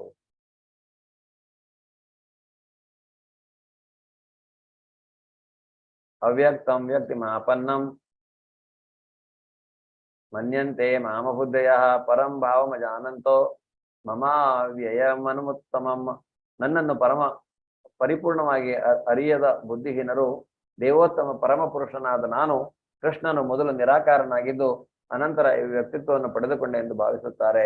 ಅವರ ಅಲ್ಪತೆಗಳಿಗೆ ಕಾರಣದಿಂದ ಅವರಿಗೆ ನಾಶವಿಲ್ಲದ್ದು ಪರಮೋಚ್ಚವಾದ ನನ್ನ ಉನ್ನತ ಸ್ವರೂಪವು ಅರ್ಥವಾಗುವುದಿಲ್ಲ. ಸ್ವರೂಪ, ಭಗವಂತನ ಸ್ವರೂಪ, ಅವನು ಎರಡು ಕೈಗಳ ಸದಾ ಕೃಷ್ಣ ಆ ರೀತಿಯಾಗಿ ಅವನಿದ್ದಾನೆ. ನೀಲವರ್ಣ ಅಥವಾ ಏನು ಮೋಡದ ಬಣ್ಣದ ಶರೀರವನ್ನ ಹೊಂದಿರುವಂತವನು ಅಲ್ವಾ. ನವಿಲ ಗರಿಯನ್ನ ಹೀಗೆ ಬ್ರಹ್ಮ ಇದರಲ್ಲಿ ಬ್ರಹ್ಮ ವಿವರಿಸ್ತಾನೆ ಅವನ ಬಗ್ಗೆ, ಅವನು ಹೇಗಿದ್ದಾನೆ ಅಂತ ಅನ್ನುವಂಥದ್ರ ಬಗ್ಗೆ. ಸೊ ಅವನ ಅಂತಹ ರೂಪ ಇದೆ ಅವನಿಗೆ. ಅದರಿಂದ ಅವನನ್ನ ಸರಿಯಾಗಿ ಅರ್ಥ ಮಾಡಿಕೊಳ್ಬೇಕಂದ್ರೆ ಅವನಿಗೆ ನಾವು ಶರಣಾಗತರಾಗಬೇಕು. ಅದರಿಂದ ಬುದ್ಧಿಹೀನರು ದೇವೋತ್ತಮ ಪರಮಪುರುಷನಾದ ನಾನು ಕೃಷ್ಣನು ಮೊದಲು ನಿರಾಕಾರ, ಆಮೇಲೆ ಇವನಿಗೆ ಆಕಾರ ಬಂದಿದೆ, ಅವನ ವ್ಯಕ್ತಿತ್ವವನ್ನು ಪಡೆದುಕೊಂಡಿದ್ದಾನೆ ಅಂತ ಹೇಳ್ತಾರೆ. ಆದ್ರೆ ಅವನು ಸ್ವರೂಪ ಕೃಷ್ಣನಾಗಿ ಅವನು ಇದಾನೆ ಯಾವಾಗಲೂ ಅನ್ನೋದನ್ನ ಬ್ರಹ್ಮ ಸಂಹಿತೆ ನಮಗೆ ಹೇಳುತ್ತೆ. ನಾಹಂ ಪ್ರಕಾಶಃ ಸರ್ವಸ್ಯ ಯೋಗಮಾಯಾ ಸಮಾವೃತಃ ಮೂಢೋಯಂ ನಾಭಿಜಾನಾತಿ ಲೋಕೋ ಮಾಮಜಮವ್ಯಯಂ. ಮೂಢರಿಗೆ ಬುದ್ಧಿಹೀನರಿಗೆ ನಾನು ಎಂದೂ ಕಾಣಿಸಿಕೊಳ್ಳುವುದಿಲ್ಲ, ಅವರ ಮಟ್ಟಿಗೆ ನಾನು ಅಂತರಂಗ ಶಕ್ತಿಯಿಂದ ಆವೃತನಾಗಿರುತ್ತೇನೆ. ನಾಹಂ ಪ್ರಕಾಶ ಯೋಗಮಾಯ ಸಮಾವೃತ, ಅಂತರಂಗ ಶಕ್ತಿಯಿಂದ ಅವನ ಅಂತರಂಗ ಶಕ್ತಿ ಯೋಗಮಾಯ, ಅದರಿಂದ ಅವರು ಆವೃತರಾಗಿರ್ತಾರೆ. ಅದರಿಂದ ನನಗೆ ಹುಟ್ಟು ಇಲ್ಲ, ನಾನು ಅವ್ಯಯನೆಂದು ಅವರಿಗೆ ತಿಳಿಯಲಿಕ್ಕೆ ಆಗುದು, ಅವರು ತಿಳಿಯರು ಅನ್ನೋದನ್ನ ಹೇಳ್ತಾನೆ. ವೇದಾಹಂ ಸಮತೀತಾನಿ ವರ್ತಮಾನಾನಿ ಚ ಅರ್ಜುನ ಭವಿಷ್ಯಾಣಿ ಚ ಭೂತಾನಿ ಮಾಂ ತು ವೇದನ ಕಶ್ಚನ. ಅರ್ಜುನ ದೇವೋತ್ತಮ ಪರಮ ಪುರುಷನಾಗಿ ನಾನು ಹಿಂದೆ ಆದದ್ದನ್ನು, ಈಗ ಆಗುತ್ತಿರುವುದನ್ನು, ಇನ್ನು ಮುಂದೆ ಬರುವುದನ್ನು ಬಲ್ಲೆ. ನಾನು ಎಲ್ಲಾ ಜೀವಿಗಳನ್ನು ಬಲ್ಲೆ, ಆದರೆ ನನ್ನನ್ನು ಬಲ್ಲವರು ಯಾರು ಇಲ್ಲ. ಯಾಕೆಂದ್ರೆ ಅವನ ಅವ್ಯಯ, ಅವನಿಗೆ ಎಲ್ಲ ಗೊತ್ತಿದೆ. ಅವನಿಗೆ ಹಿಂದೆ ಏನಾಗಿತ್ತು, ಈಗ ಆಗ್ತಾ ಇದೆ, ಮುಂದೆ ಏನಾಗಬೇಕು ಎಲ್ಲವೂ ಅವನಿಗೆ ಕ್ಲಿಯರ್ ಆಗಿ ಗೊತ್ತಿದೆ. ಆದರೆ ನಾನು ಎಲ್ಲ ಜೀವಿಗಳನ್ನ ಬಲ್ಲೆ, ಆದ್ರೆ ನನ್ನನ್ನು ಬಲ್ಲವರು ಯಾರೂ ಇಲ್ಲ, ಅವನನ್ನ ಬಲ್ಲವರು ಯಾರೂ ಇಲ್ಲ. ಅಂದ್ರೆ ಅವನು ಇದರಿಂದ ಹೇಳ್ತಾ ಇಲ್ಲ, ಸಾಧ್ಯವಿಲ್ಲ. ಭಗವಂತನ ಪೂರ್ತಿಯಾಗಿ ಅರ್ಥ ಮಾಡಿಕೊಳ್ಳಲಿಕ್ಕೆ ಯಾರಿಗೂ ಸಾಧ್ಯ ಇಲ್ಲ. ಅರ್ಜುನಿಗೂ ಅದು ಸಾಧ್ಯವಿಲ್ಲ. ಅವನು ಅಲ್ಲೇ ಇದ್ದಾನೆ ಎದುರುಗಡೆ, ಆದ್ರೆ ಅವನು ಎಲ್ಲಿ ಯಾವ ರೀತಿಯಾಗಿ ತನ್ನ ಕರ್ತವ್ಯನ ಮಾಡ್ಲಿಕ್ಕೆ ಅವನು ಎಲ್ಲಿ ಹೋಗ್ತಾನೆ, ಯಾವ ರೀತಿಯಾಗಿ ಅವತರಿಸ್ತಾನೆ, ಏನೇನ್ ಮಾಡ್ತಾನೆ ಭಗವಂತ ಯಾರಿಗೇನು ಗೊತ್ತಿರೋದಿಲ್ಲ. ಅವನ ಸೃಷ್ಟಿ ಅವನೇ ಫೈನಲ್ ನಿರ್ಣಯ ಮಾಡುವಂಥವನು, ಏನಾಗ್ಬೇಕು ಏನಾಗಬಾರದು ಅನ್ನುವಂಥದ್ದು. ಆ ರೀತಿಯಾಗಿ ಅದು ಆಗತ್ತೆ. ನನ್ನನ್ನ ಬಲ್ಲವರು ಯಾರೂ ಇಲ್ಲ ಅನ್ನೋದನ್ನ ಇಲ್ಲಿ ಹೇಳ್ತಾನೆ. ಯೇಷಾಂ ತ್ವಂತಗತಂ ಪಾಪಂ ಜನಾನಾಂ ಪುಣ್ಯಕರ್ಮಣ ತೇ ದ್ವಂದ್ವಮೋಹಂ ನಿರ್ಮುಕ್ತ ಭಜಂತೆ ಮಾಂ ದೃಢಾವೃತ. ಯಾರು ತಮ್ಮ ಹಿಂದಿನ ಜನ್ಮಗಳಲ್ಲಿ ಮತ್ತು ಈ ಜನ್ಮದಲ್ಲಿ ಪುಣ್ಯ ಕರ್ಮಗಳನ್ನು ಮಾಡಿದ್ದಾರೆಯೋ ಮತ್ತು ಯಾರ ಪಾಪ ಕಾರ್ಯಗಳು ಸಂಪೂರ್ಣವಾಗಿ ನಿರ್ಮೂಲವಾಗಿವೆಯೋ ಅವರು ಭ್ರಾಂತಿಯ ದ್ವಂದ್ವಗಳಿಂದ ಮುಕ್ತರಾಗಿರುತ್ತಾರೆ.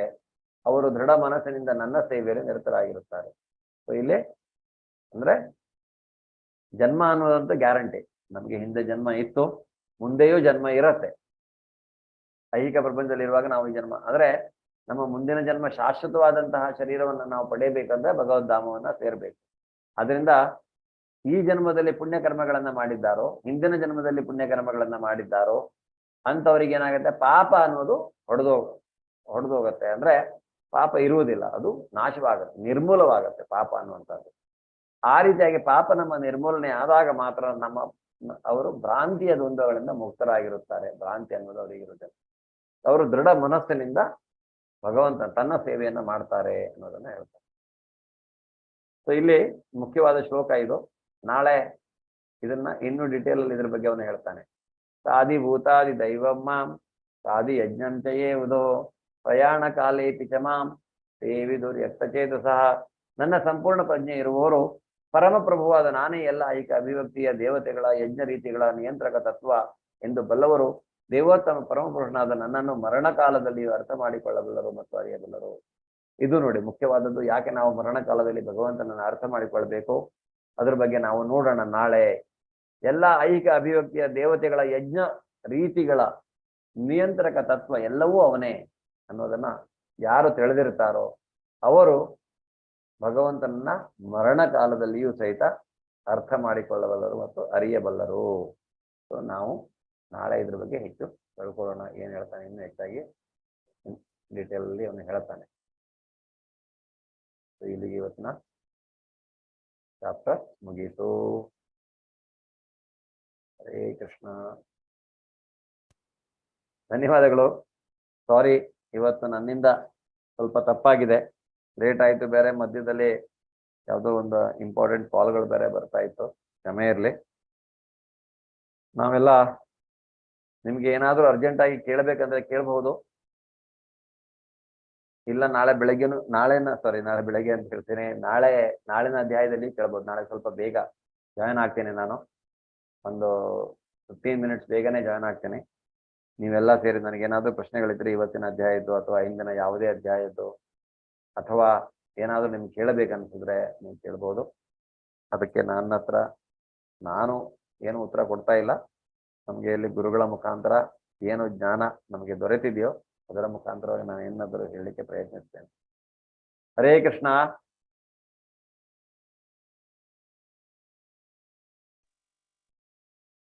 ಎಲ್ಲರೂ ಶಾಂತವಾಗಿದ್ದೀರಾ? ಯಾಕೆ? ಹರೇ ಕೃಷ್ಣ ಗುರುಜಿ. ಎಲ್ಲರೂ ಎಕ್ದಮ್ ಸೈಲೆಂಟ್ ಆಗಿ ಮಲ್ಕೊಂಡ್ಬಿಟ್ಟಿದ್ದೀರಾ ನೋಡ್ದೆ. ನಿದ್ರೆ ಬಂದೋಯ್ತಾ? ಈಗ ಕೇಳ್ತಾ ಇದ್ರೆ ಪ್ರಭುಜಿ. ನಿದ್ದೆ ಬರಲ್ಲ ಗುರುಜಿ.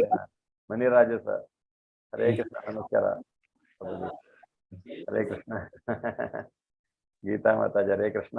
ಓಕೆ, ನಾವೆಲ್ಲ ಹರೇ ಕೃಷ್ಣ ಮಹಾಮಂತ್ರವನ್ನ ಜಪಿಸೋಣ. ಚಾಟಲ್ ಏನಿದೆ ಮಾತಾಜಿ? ಗೌರಮ್ಮ ಮಾತಾಜಿ. ಹರೇ ಕೃಷ್ಣ ಹೇಳಿದ್ದಾರೆ ಪ್ರಭುಜಿ. ಹರೇ ಕೃಷ್ಣ ರಾಘವೇಂದ್ರ ಪ್ರಭುಜಿ. ಹರೇ ಕೃಷ್ಣ, ರಾಘವೇಂದ್ರ. ಧನ್ಯವಾದಗಳು. ಓಕೆ, ನಾವೆಲ್ಲ ಒಂದ್ ರೌಂಡ್ 5 ನಿಮಿಷ ಮತ್ತೆ ಜಾಸ್ತಿ. ಓಕೆ, ನಿಮ್ಮ ಹತ್ರ ಕೇಳ್ತಾ ಇದ್ದೀನಿ. ಮತ್ತೆ ನಾವು ಈ ಹರೇ ಕೃಷ್ಣ ಮಹಾಮಂತ್ರವನ್ನ ಜಪಿಸ್ಬಿಡೋಣ. ಇವತ್ತಿನ ಕೋಟ ನಾವು ಕಂಪ್ಲೀಟ್ ಮಾಡೋಣ. ಜೈ ಶ್ರೀ ಕೃಷ್ಣ ಚೈತನ್ಯ ಪ್ರಭು ನಿತ್ಯಾನಂದ ಶ್ರೀವಾಸದಿ ಭಕ್ತವರಿಂದ. ಹರೇ ಕೃಷ್ಣ ಹರೇ ಕೃಷ್ಣ ಕೃಷ್ಣ ಕೃಷ್ಣ ಹರೇ ಹರೇ ರಾಮ ಹರೇ ರಾಮ ರಾಮ ಹರೇ ಹರೇ. ಹರೇ ಕೃಷ್ಣ ಹರೇ ಕೃಷ್ಣ ಕೃಷ್ಣ ಕೃಷ್ಣ ಹರೇ ಹರೇ ರಾಮ ಹರೇ ರಾಮ ರಾಮ ಹರೇ ಹರೇ. ಹರೇ ಕೃಷ್ಣ ಹರೇ ಕೃಷ್ಣ ಕೃಷ್ಣ ಹರೇ ಹರೇ ರಾಮ ಹರೇ ರಾಮ ರಾಮ ಹರೇ ಹರೇ. ಹರೇ ಕೃಷ್ಣ ಹರೇ ಕೃಷ್ಣ ಕೃಷ್ಣ ಹರೇ ಹರೇ ರಾಮ ಹರೇ ರಾಮ ರಾಮ ಹರೇ ಹರೇ. ಹರೇ ಕೃಷ್ಣ ಹರೇ ಕೃಷ್ಣ ಕೃಷ್ಣ ಹರೇ ಹರೇ ರಾಮ ಹರೇ ರಾಮ ರಾಮ ಹರೇ ಹರೇ. ಹರೇ ಹರೇ ರಾಮ ಹರೇ ರಾಮ ರಾಮ ಹರೇ ಹರೇ. ಹರೇ ಕೃಷ್ಣ ಹರೇ ಕೃಷ್ಣ ಕೃಷ್ಣ ಹರೇ ಹರೇ ರಾಮ ಹರೇ ರಾಮ ರಾಮ ರಾಮ ಹರೇ ಹರೇ. ಕೃಷ್ಣ ಹರೇ ಕೃಷ್ಣ ಕೃಷ್ಣ ಹರೇ ಹರೇ ರಾಮ ಹರೇ ರಾಮ ರಾಮ ರಾಮ ಹರೇ ಹರೇ. ಹರೇ ಕೃಷ್ಣ ಹರೇ ಕೃಷ್ಣ ಕೃಷ್ಣ ಕೃಷ್ಣ ಹರೇ ಹರೇ ರಾಮ ಹರೇ ರಾಮ ರಾಮ ರಾಮ ಹರೇ ಹರೇ. ಕೃಷ್ಣ ಹರೇ ಕೃಷ್ಣ ಕೃಷ್ಣ ಹರೇ ಹರೇ ರಾಮ ಹರೇ ರಾಮ ರಾಮ ರಾಮ ಹರೇ ಹರೇ. ಹರೇ ಕೃಷ್ಣ ಹರೇ ಕೃಷ್ಣ ಕೃಷ್ಣ ಕೃಷ್ಣ ಹರೇ ಹರೇ ರಾಮ ಹರೇ ರಾಮ ರಾಮ ರಾಮ ಹರೇ ಹರೇ. ಕೃಷ್ಣ ಹರೇ ಕೃಷ್ಣ ಕೃಷ್ಣ ಹರೇ ಹರೇ ರಾಮ ಹರೇ ರಾಮ ರಾಮ ರಾಮ ಹರೇ ಹರೇ. ಹರೇ ಕೃಷ್ಣ ಕೃಷ್ಣ ಕೃಷ್ಣ ಹರೇ ಹರೇ. ಹರೇ ರಾಮ ಹರೇ ರಾಮ ರಾಮ ರಾಮ ಹರೇ ಹರೇ. ಕೃಷ್ಣ ಹರೇ ಕೃಷ್ಣ ಕೃಷ್ಣ ಕೃಷ್ಣ ಹರೇ ಹರೇ ರಾಮ ಹರೇ ರಾಮ ರಾಮ ರಾಮ ಹರೇ ಹರೇ. ಕೃಷ್ಣ ಕೃಷ್ಣ ಹರೇ ಹರೇ. ಹರೇ ರಾಮ ಹರೇ ರಾಮ ರಾಮ ರಾಮ ಹರೇ ಹರೇ. ಕೃಷ್ಣ ಹರೇ ಕೃಷ್ಣ ಕೃಷ್ಣ ಹರೇ ಹರೇ ರಾಮ ಹರೇ ರಾಮ ರಾಮ ರಾಮ ಹರೇ ಹರೇ. ಕೃಷ್ಣ ಹರೇ ಕೃಷ್ಣ ಕೃಷ್ಣ ಕೃಷ್ಣ ಹರೇ ಹರೇ.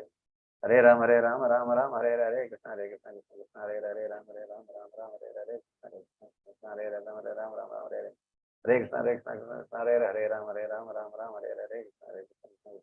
ರಾಮ ಹರೇ ರಾಮ ರಾಮ ರಾಮ ಹರೇ ಹರೇ.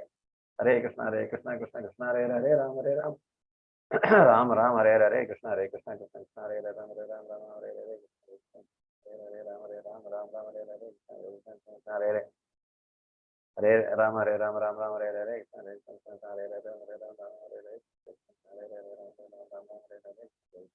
ಹರೇ ಹರೇ ರಾಮ ರಾಮ ರಾಮ ಹರೇ ಹರೇ. ಹರೇ ಕೃಷ್ಣ ಕೃಷ್ಣ ಕೃಷ್ಣ ಹರೇ ಹರೇ ರಾಮ ಹರೇ ರಾಮ ರಾಮ ರಾಮ ಹರೇ ಹರೇ. ಹರೇ ಕೃಷ್ಣ ಹರೇ ಹರೇ ರಾಮ ಹರೇ ರಾಮ ರಾಮ ರಾಮ ಹರೇ ಹರೇ. ಹರೇ ರಾಮ ಹರೇ ರಾಮ ರಾಮ ರಾಮ ಹರೇ ಹರೇ. ಕೃಷ್ಣ ಹರೇ ಕೃಷ್ಣ ಕೃಷ್ಣ ಕೃಷ್ಣ ಹರೇ ಹರೇ ರಾಮ ಹರೇ ರಾಮ ರಾಮ ಹರೇ ಹರೇ. ಹರೇ ಹರೇ ರಾಮ ಹರೇ ರಾಮ ರಾಮ ರಾಮ ಹರೇ ಹರೇ. ಹರೇ ಕೃಷ್ಣ ಕೃಷ್ಣ ಕೃಷ್ಣ ಹರೇ ಹರೇ ರಾಮ ಹರೇ ರಾಮ ರಾಮ ರಾಮ ಹರೇ ಹರೇ. ಹರೇ ಹರೇ ರಾಮ ಹರೇ ರಾಮ ರಾಮ ರಾಮ ಹರೇ ಹರೇ. ಹರೇ ರಾಮ ಹರೇ ರಾಮ ರಾಮ ರಾಮ ಹರೇ ಹರೇ.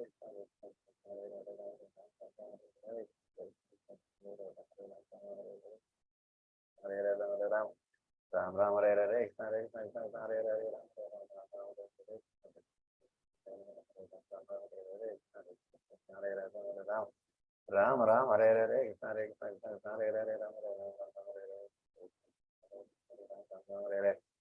ಕೃಷ್ಣ ಹರೇ ಕೃಷ್ಣ ಕೃಷ್ಣ ಕೃಷ್ಣ ಹರೇ ಹರೇ ರಾಮ ಹರೇ ರಾಮ ರಾಮ ರಾಮ ಹರೇ ಹರೇ. ಹರೇ ಹರೇ ರಾಮ ರಾಮ ರಾಮ ಹರೇ ಹರೇ. ಕೃಷ್ಣ ಹರೇ ಕೃಷ್ಣ ಕೃಷ್ಣ ಕೃಷ್ಣ ಹರೇ ಹರೇ ರಾಮ ಹರೇ ರಾಮ ರಾಮ ರಾಮ ಹರೇ ಹರೇ. ಹರೇ ಹರೇ. ಹರೇ ಕೃಷ್ಣ ಕೃಷ್ಣ ಕೃಷ್ಣ ಹರೇ ಹರೇ ರಾಮ ಹರೇ ರಾಮ ರಾಮ ರಾಮ ಹರೇ ಹರೇ. ಹರೇ ಕೃಷ್ಣ ಕೃಷ್ಣ ಕೃಷ್ಣ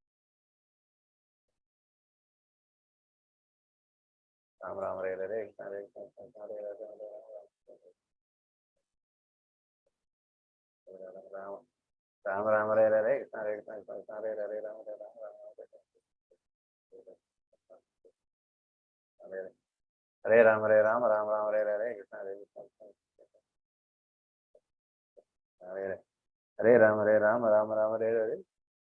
ಕೃಷ್ಣ ಕೃಷ್ಣ ಹರೇ ಹರೇ ರಾಮ ಹರೇ ರಾಮ ರಾಮ ರಾಮ ಹರೇ. ಕೃಷ್ಣ ಹರೇ ಕೃಷ್ಣ ಕೃಷ್ಣ ಕೃಷ್ಣ ಹರೇ ಹರೇ ರಾಮ ಹರೇ ರಾಮ ರಾಮ ಹರೇ ಹರೇ. ಹರೇ ಹರೇ. ಹರೇ ರಾಮ ಹರೇ ರಾಮ ರಾಮ ರಾಮ ಹರೇ ಹರೇ. ಕೃಷ್ಣ ಹರೇ ಕೃಷ್ಣ ಹರೇ ಹರೇ.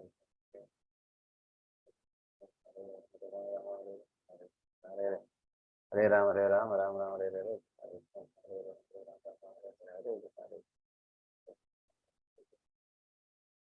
ಹರೇ ರಾಮ ಹರೇ ರಾಮ ರಾಮ ರಾಮ ಹರೇ ಹರೇ. ಕೃಷ್ಣ ಹರೇ ಕೃಷ್ಣ ಕೃಷ್ಣ ಹರೇ ಹರೇ. ರಾಮ ರಾಮ ಹರೇ ಹರೇ. ಕೃಷ್ಣ ಹರೇ ಕೃಷ್ಣ ಕೃಷ್ಣ ಕೃಷ್ಣ ಹರೇ ಹರೇ ರಾಮ ಹರೇ ರಾಮ ರಾಮ ಹರೇ ಹರೇ. ಕೃಷ್ಣ ಹರೇ ಕೃಷ್ಣ ಕೃಷ್ಣ ಹರೇ ಹರೇ ರಾಮ ರಾಮ ರಾಮ ಹರೇ ಹರೇ. ಕೃಷ್ಣ ಪಂಚಾಕಲ್ಪತರುಭ್ಯಶ್ಚ ಕೃಪಾ ಸಿಂಧು ದೇವಚ ಪ್ರತಿದಾನಾಂ ಪಾವನೇಭ್ಯೋ ವೈಷ್ಣವೇಭ್ಯೋ ನಮೋ ನಮಃ. ಭಗವದ್ಗೀತಾ ಗ್ರಂಥರಾಜಕ್ಕೆ ಜಯವಾಗಲಿ. ಶೀಲಾ ಪ್ರಭುಪಾದಕ್ಕೆ ಜಯವಾಗಲಿ. ಅನಂತ ಕೋಟಿ ವೈಷ್ಣವ ವೃಂದಕ್ಕೆ ಜಯವಾಗಲಿ. ಎಲ್ಲಿಂದಿರಿದ್ರು ಎಲ್ಲಾ ಭಕ್ತ ವೃಂದಕ್ಕೂ ಜಯವಾಗಲಿ. ಹರೇ ಕೃಷ್ಣ. ಧನ್ಯವಾದಗಳು ಎಲ್ರಿಗೂ. ಧನ್ಯವಾದಗಳು ಪ್ರಭುಜಿ. ಹರೇ ಕೃಷ್ಣ ಪ್ರಭುಜಿ ಧನ್ಯವಾದ. ಹರೇ ಕೃಷ್ಣ.